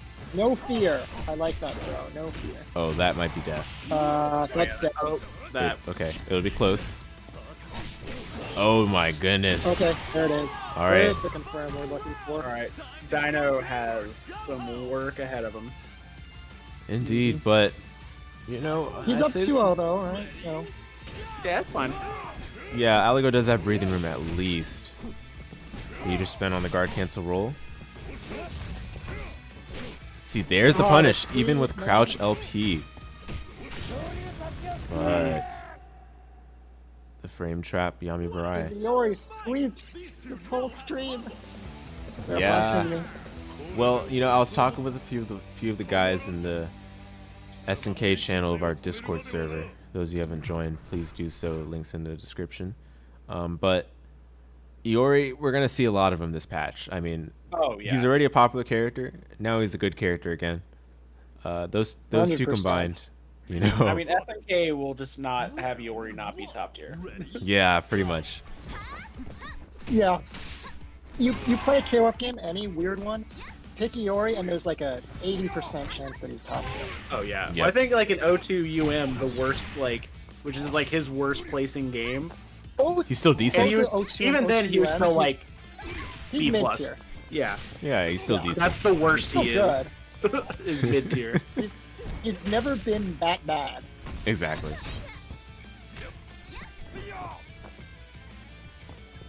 And he's always consistent in what he does. You know, cross up, Rekka. Yeah, fortunately, ever since 14, they've introduced some scaling to kind of neuter the output you get from the cross-up. But speaking of cross-up, And the command throw, too. yeah, thank God the command throw damage is gone. But for now, Shermie on the side of Alego, sent away, and this time with a pretty We're starting sizable to see health the lead. comeback. Yeah, Download complete. download complete is certainly a way to put it. We'll see this. Yeah, it Okay, might be. It honestly might be. But yeah, we're starting to see. Okay, here's the first we've Pick seen that throw. command grab in a bit.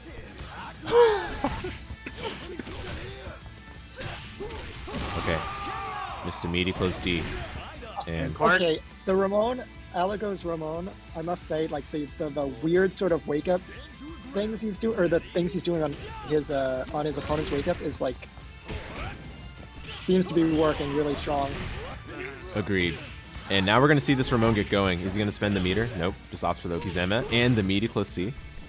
See, between the true meaties, the like shimmy, the like delayed meaty, and the blocks, like it's. That being said, Yeah, and it's Blizzard's beautiful to been see it playing going pretty because solid, right? it also feels like on Ramón he has the most solid read on dBLIZZARD's wake up. Like dBLIZZARD is often going for this probably wake up throw. I mean, he's a Guilty Gear player, so I know this. He's probably going for wake up throw, and he was caught nearly every time there. Yeah. A lot of characters in this game have relatively obscure but powerful throw bait setups where it's like auto baits throws because of just the spacing you're left at after the knockdown. Yeah. Like right here, that's an auto bait throw setup.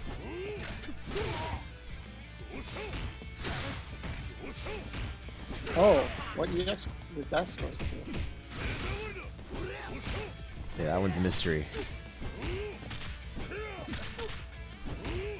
Okay, these jump CDs are interesting. I mean, yeah. Pressure reset. And he, Oh, what a bait. Uh-oh. Huge chance here to kill. Okay, it's fine. Oh. Good damage still. Algo's Reset. Loki's with Oh, that's gonna be Ramón it. have been spot on.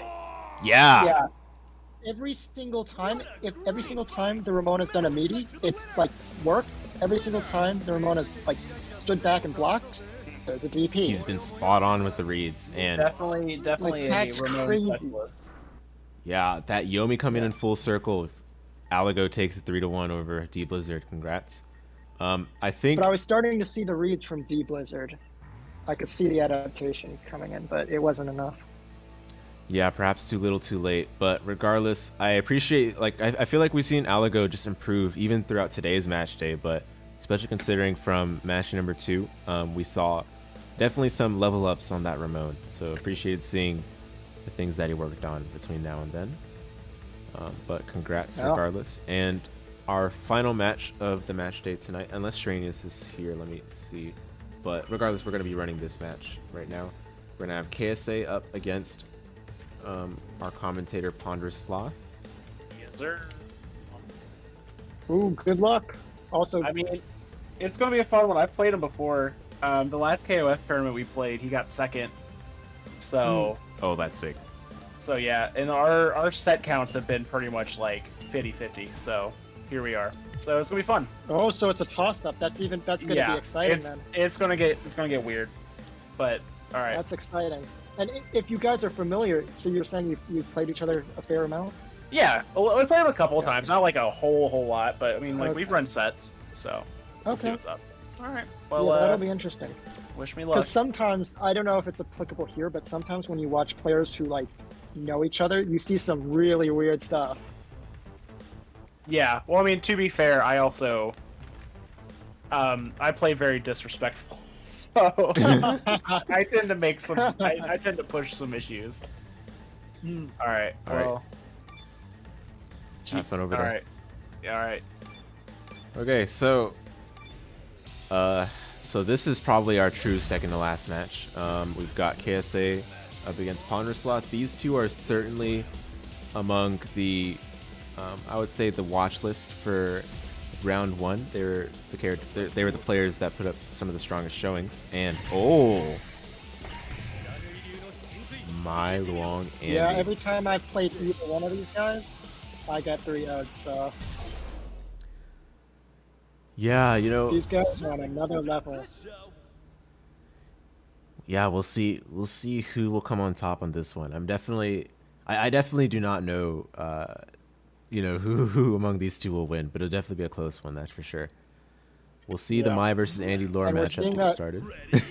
We're seeing that Orochi Shermie again. That's cool. Oh yeah, but this time in the anchor position. This is interesting. Oh, you're right. I didn't even notice that. Yeah. Yeah, I actually do agree with this order a bit more from PonderousSloth. Andy point definitely makes a lot of sense, but already we see him getting good pressure going, just as I say. Corner throw. One thing I've noticed about PonderousSloth's playstyle is he likes to do a lot of like grabs. Yeah, they're great to use in 15. I mean, 15 grabs are very versatile, not just on defense, but also even on offense. I mean, because you can use OS grabs to catch whatever your opponent does in wake up, such as a wake up roll or a wake up delayed button, things like that. 100%. Yeah. Yeah, he's been a master at like getting these grabs in, you know. Absolutely, but we're seeing this great long confirms, and for a second I thought we were seeing Kento there. I had to remind myself that KSA is also a long player, but they both play the same color, so it's pretty funny. Yeah. Oh, great light confirm. I think those sorts of confirms will be the differences between these two players here. And that's going to be a dead Andy. Great combo. Yeah. I mean, we were hearing from PonderousSloth when he was on commentary. He was talking about how he didn't like Luong. Yeah, I can see that already. But So, fortunately for him, Luong only, you know, not one bar just yet. And while she does build quite a bit of meter from her combos, I think he'll definitely be a bit more comfortable for now, as long as he gets the offensive going. And yeah, you're right. All these throws, each of them 100 points of damage. They really add up. yeah. He's quite good at sneaking them in. Absolutely. Oh, what a walk under. Micro walk to avoid the ensuing jump in. And this corner combo. What the? That did 35%? Half a bar again? Yeah. Yeah, just like he was telling us, you know, Yuri damage, no joke. Yeah, Luong problem, no problem. Yeah, he's got it. Well, we'll see, because here the anchor Andy comes. Indeed. That's another interesting thing about this match, right? Like, they both play Andy, but they put Andy on very different team positions, which is interesting. Yeah, you know, I think it kind of shows the different styles that perhaps want to make use of for this character. I personally am not too sold on the idea of Anchor Andy, just because I do think there are characters that can make better use of that meter in the last position. But KSA on his way to proving me wrong by finishing off the Yuri. Yeah, I agree. I think generally, theoretically, like Andy as a point makes more sense. But that being said, if you pilot the character well, you know. Yeah, and so far these hits have been adding up. Oh, I mean, there's DX Super. a couple more clean hits are gonna do it. PonderousSloth has to get himself together. Oh, what a jump C! It's coming. I Yeah, don't think you can't kill, but one more mix-up, bro, that was 60%. Yeah, seeing the Orochi Shermie anchor.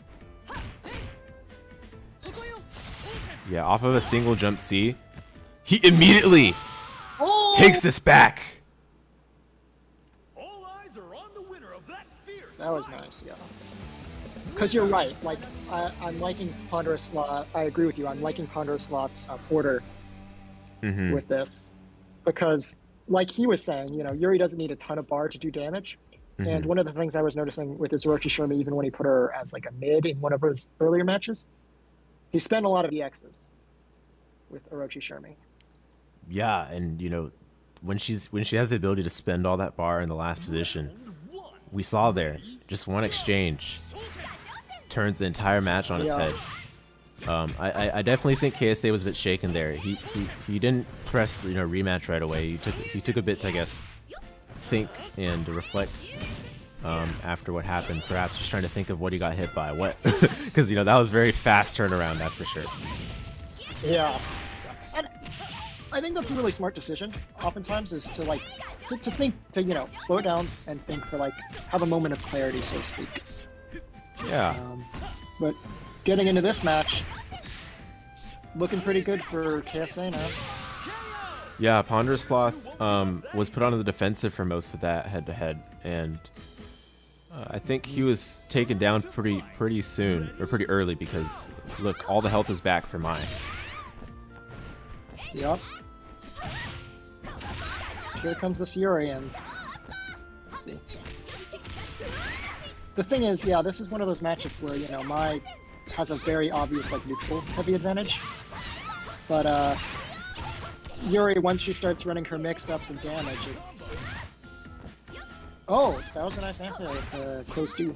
Yeah, that was great. Oh, okay. So this whiff stance seed in command throw. This is something PonderousSloth and I... What the heck? This is something PonderousSloth and I talked about a lot in the first match day, as a gimmick you would use sometimes to, you know, either finish off the opponent or introduce it as a, you know, way of adding to that mental stack. But unfortunately, slim margin of hits means that Yuri's not going to be seen the live day any longer. Yeah, man, KSA has turned this match completely around, because you look at the previous game, and it was about even the whole way through, but he's pulled ahead. Yeah, agreed. Okay, great run-up normal throw from PonderousSloth there. Actually, I think I can identify exactly what changed. And it was not so much from KSA, but it was more so from PonderousSloth. I think he was going for a lot of full jumps, and those full jumps kept on being checked. Perhaps a bit risky, but we see that one great jump. Look at what it leads to. Same side JC. Oh, that was good. And that's a dead Luong. Oh, man. See, you know what? Ponderous, maybe he heard us and he was like, I'm going to shut these guys up. They're talking. They don't know what they're talking this about. guy's making comebacks. I'm going to show him. Yeah, all I need is one good jump. That's what he's telling us. That was so... Yeah. Hey, I mean, you know, said in the words of basketball, you miss 100% of the jumps you don't go for. He's going for all these jumps precisely because he knows all he needs is for one of them to hit. And that life bar gets zapped. But here, the Andy is kind of controlling the match right now, but you know, like you said, if he gets one sort of thing going, he could go for that. Oh! Bait and DP, this is huge. It's going to be the hard knockdown again, and it's going to be that mix-up again. Okay, This time it's cross-up, but he jumped. Yeah, the Did he jump back actually it? saved him. I think it was a jump because it wasn't a counter hit. Yeah, okay. Oh. Okay. Oh. Ah, if he super canceled there, it would have been done. But Oh no! This Oh, roll. that's dead. Oh, that was That so was close. so close. Yeah. But you know, I do want to say just good stuff to KSA for taking full advantage of that mistake. Definitely looked He rough. kept his composure. Exactly. So And I guess that's what makes or breaks the player, right? yeah, I mean, considering that these two do go head to head, we start to see these sorts of small but very important exchanges come down to who takes the most of them. So I hope we start to see a bit more deliberate jumps from PonderousSloth, at least on the Andy, because you know I understand that Orochi Shermie, the reward is great, right? If you land one jump. But on this Andy, we see a lot of these jumps, and they just keep getting caught again and again. And Yeah, there's gotta- especially with a character like against a character like Mai, who has so much control of like the airspace with like some of her really good normals. Exactly. Oh, But, well, okay, there's the jump. that was a good but it jump. worked out. Yeah, and I think part Yeah, of the see, reason. like, because the yeah. Go ahead. Oh, I was just saying like because the D, both of her stampedes are great anti-airs. Yeah, exactly. And the interesting thing is he went for a hop JD instead of a full jump, which gave KSA a little bit less time to react to that anti-air. So I think that was an important change of pace there. Regardless, though, KSA is still winning the point war on the Mai. And so far, he looks to keep it going with the Yuri head-to-head. I like that little stagger with the lights into the flame. Yeah, it's a great choice to. I think again, PonderousSloth's defensive rhythm has been a bit, let's say chaotic, right? Because he's not fully respecting everything on the offense, and understandably so. I mean, when you got a character like Yuri or Orochi Shermie, these characters put a lot of damage out for a single hit. So, all right, in comes Luong with 3 bars.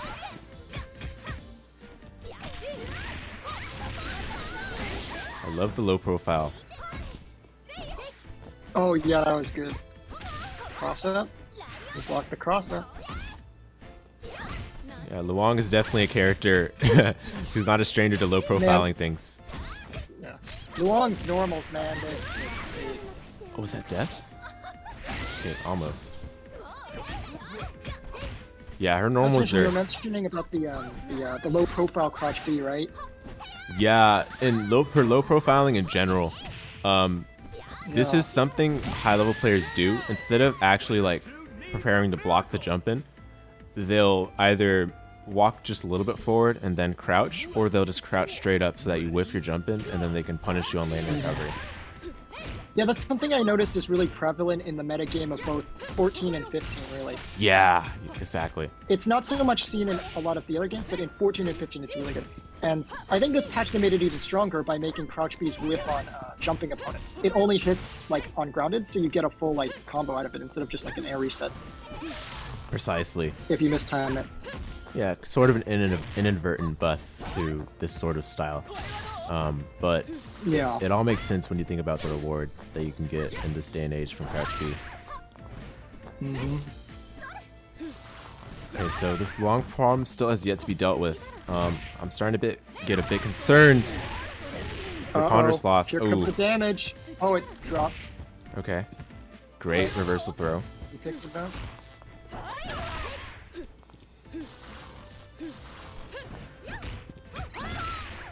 I appreciate the blowback there. He has a lot of meters still. Oh, nice. Oh, okay. Yeah, that's the thing about this Orochi Shermie that I find interesting is like, she's very explosive character. Yeah, which, you know, makes sense why she needs to be the anchor character here, especially in situations where she has to deal with eliminating 2 characters, not just one, but yeah. We'll see if KSA can close it out with the Andy. Oh, that was an interesting jump too. Oh, Shatter Strike. Oh, And the damage is pretty here good. it comes. Same side. That's all for Andy. Good game, shake my Wow. hand. We still got one more, of course, at least, but Stellar fight. These two know how to rumble. that was you know, every time I look at these confirmed from PonderousSloth, I really just think the Guilty Gear. where you're put in one of these mixers, and you got one chance to either guess correctly or get out of there. And if whatever option you pick is incorrect, then you're done. Yep. Man, seeing as Orochi Shermie, not gonna lie, I dismissed the character early on because even though I play a lot of characters, I don't actually play her. Seeing him do this though, I'm considering just for fun, not like as a like main necessarily, but Yeah, I'm definitely becoming a fan of this pick. I was a skeptic at first, given that he was picking a different anchor before, but now is a good time. I'd say now is a pretty good time to introduce this to kind of throw off the rest of our competitors should they make it as far as his anchor Shermie. 100%, yeah. Because part of that strategy is, nowadays she's not super high in the tier list, but no one plays her. So you've got that unfamiliarity. Yeah, that surprise factor, no doubt, is important to consider. Ooh, that was a nice run under, but it didn't pan out. Yeah, the cross under as well there. That run under did. Yeah, some SF5 stuff getting mixed in here. I think that was I think that was a throw attempt from PonderousSloth, but unsuccessful, and fortunately that's all for Andy.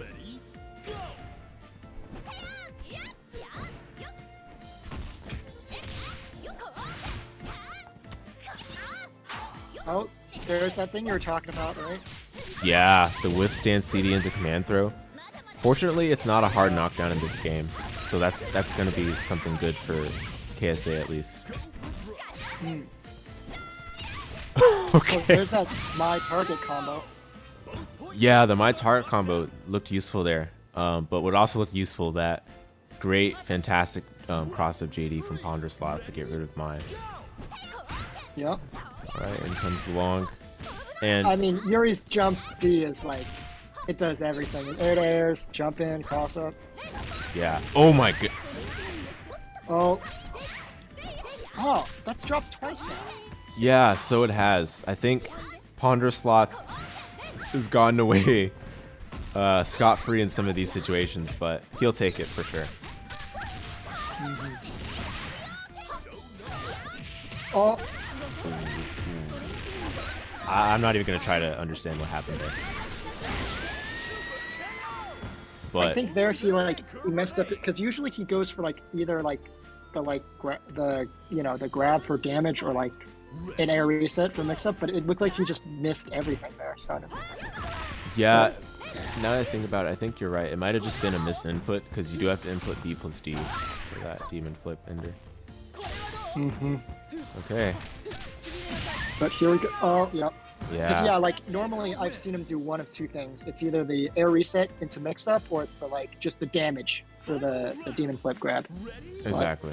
But I think it's just a misinput. Happens to everyone. So now, every time it's come to this exact head-to-head, Orochi Shermie feels like she has the upper hand. And for good reason, right? I mean, look, she's got 5 bars. My goodness. Yeah. And I mean, the way that Orochi Shermie, like you were saying earlier with Andy, he doesn't send meter as efficiently, so to speak. What, just Shatter Strikes the Fireball? Okay. Yeah, I actually think both of those Shatter Strikes were accidental. They were both Hyper Hop JCD. I get that misinput a lot myself. So I know exactly what he's trying to do. I've gotten that too. Is that dead? Oh. Wait. Oh, he didn't do the EX cancel. Yeah, I think he actually had an opportunity. Oh, no. Okay, okay. Because we could have done the drop kick. Yeah. Oh, what a Shatter Strike. Oh. Oh, that climax cancel in the air. That should be it. That should be it. Ooh.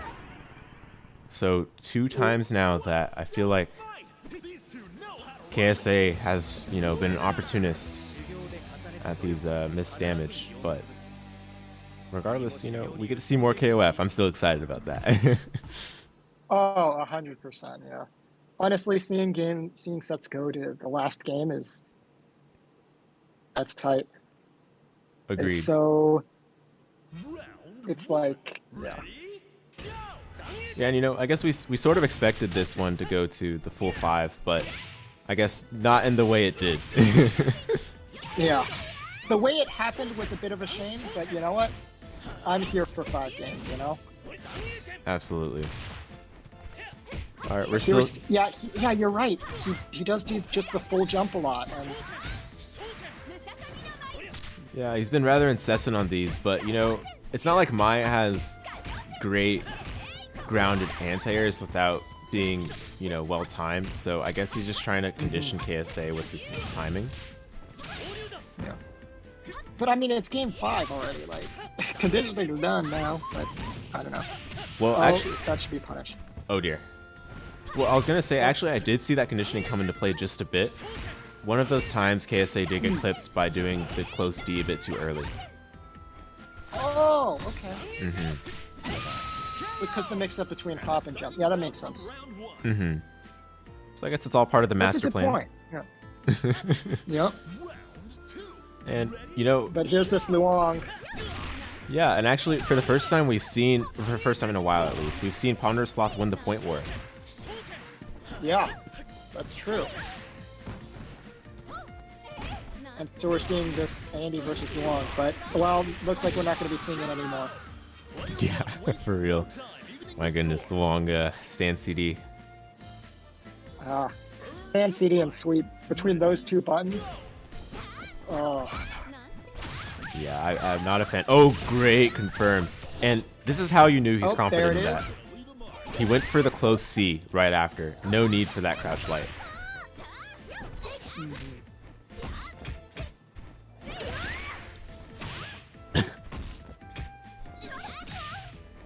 oh, Oh my. Oh my goodness, this uh-oh. could be Predator huge. strike. Okay, okay. Oh, drop. All right, one more chance. Gonna spend it? No. Oh, mistimed the Oh. safe jump. That's unfortunate. That's unfortunate. Mm-hmm. Round 4. Ready? Okay, it's down to Yuri versus Andy.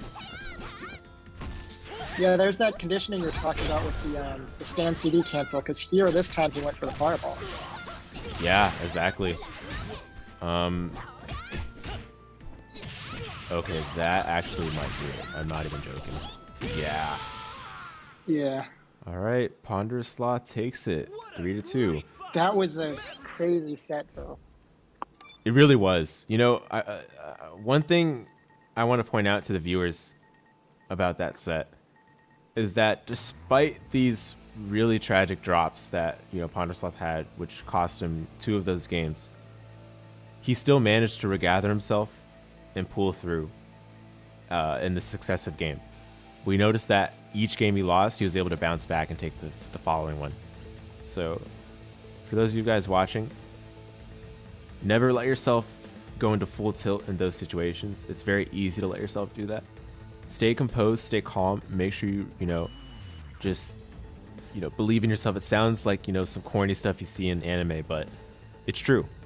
The spirit of the competitor, the spirit of the best competitors are the ones that remain focused on, what they know they can do well.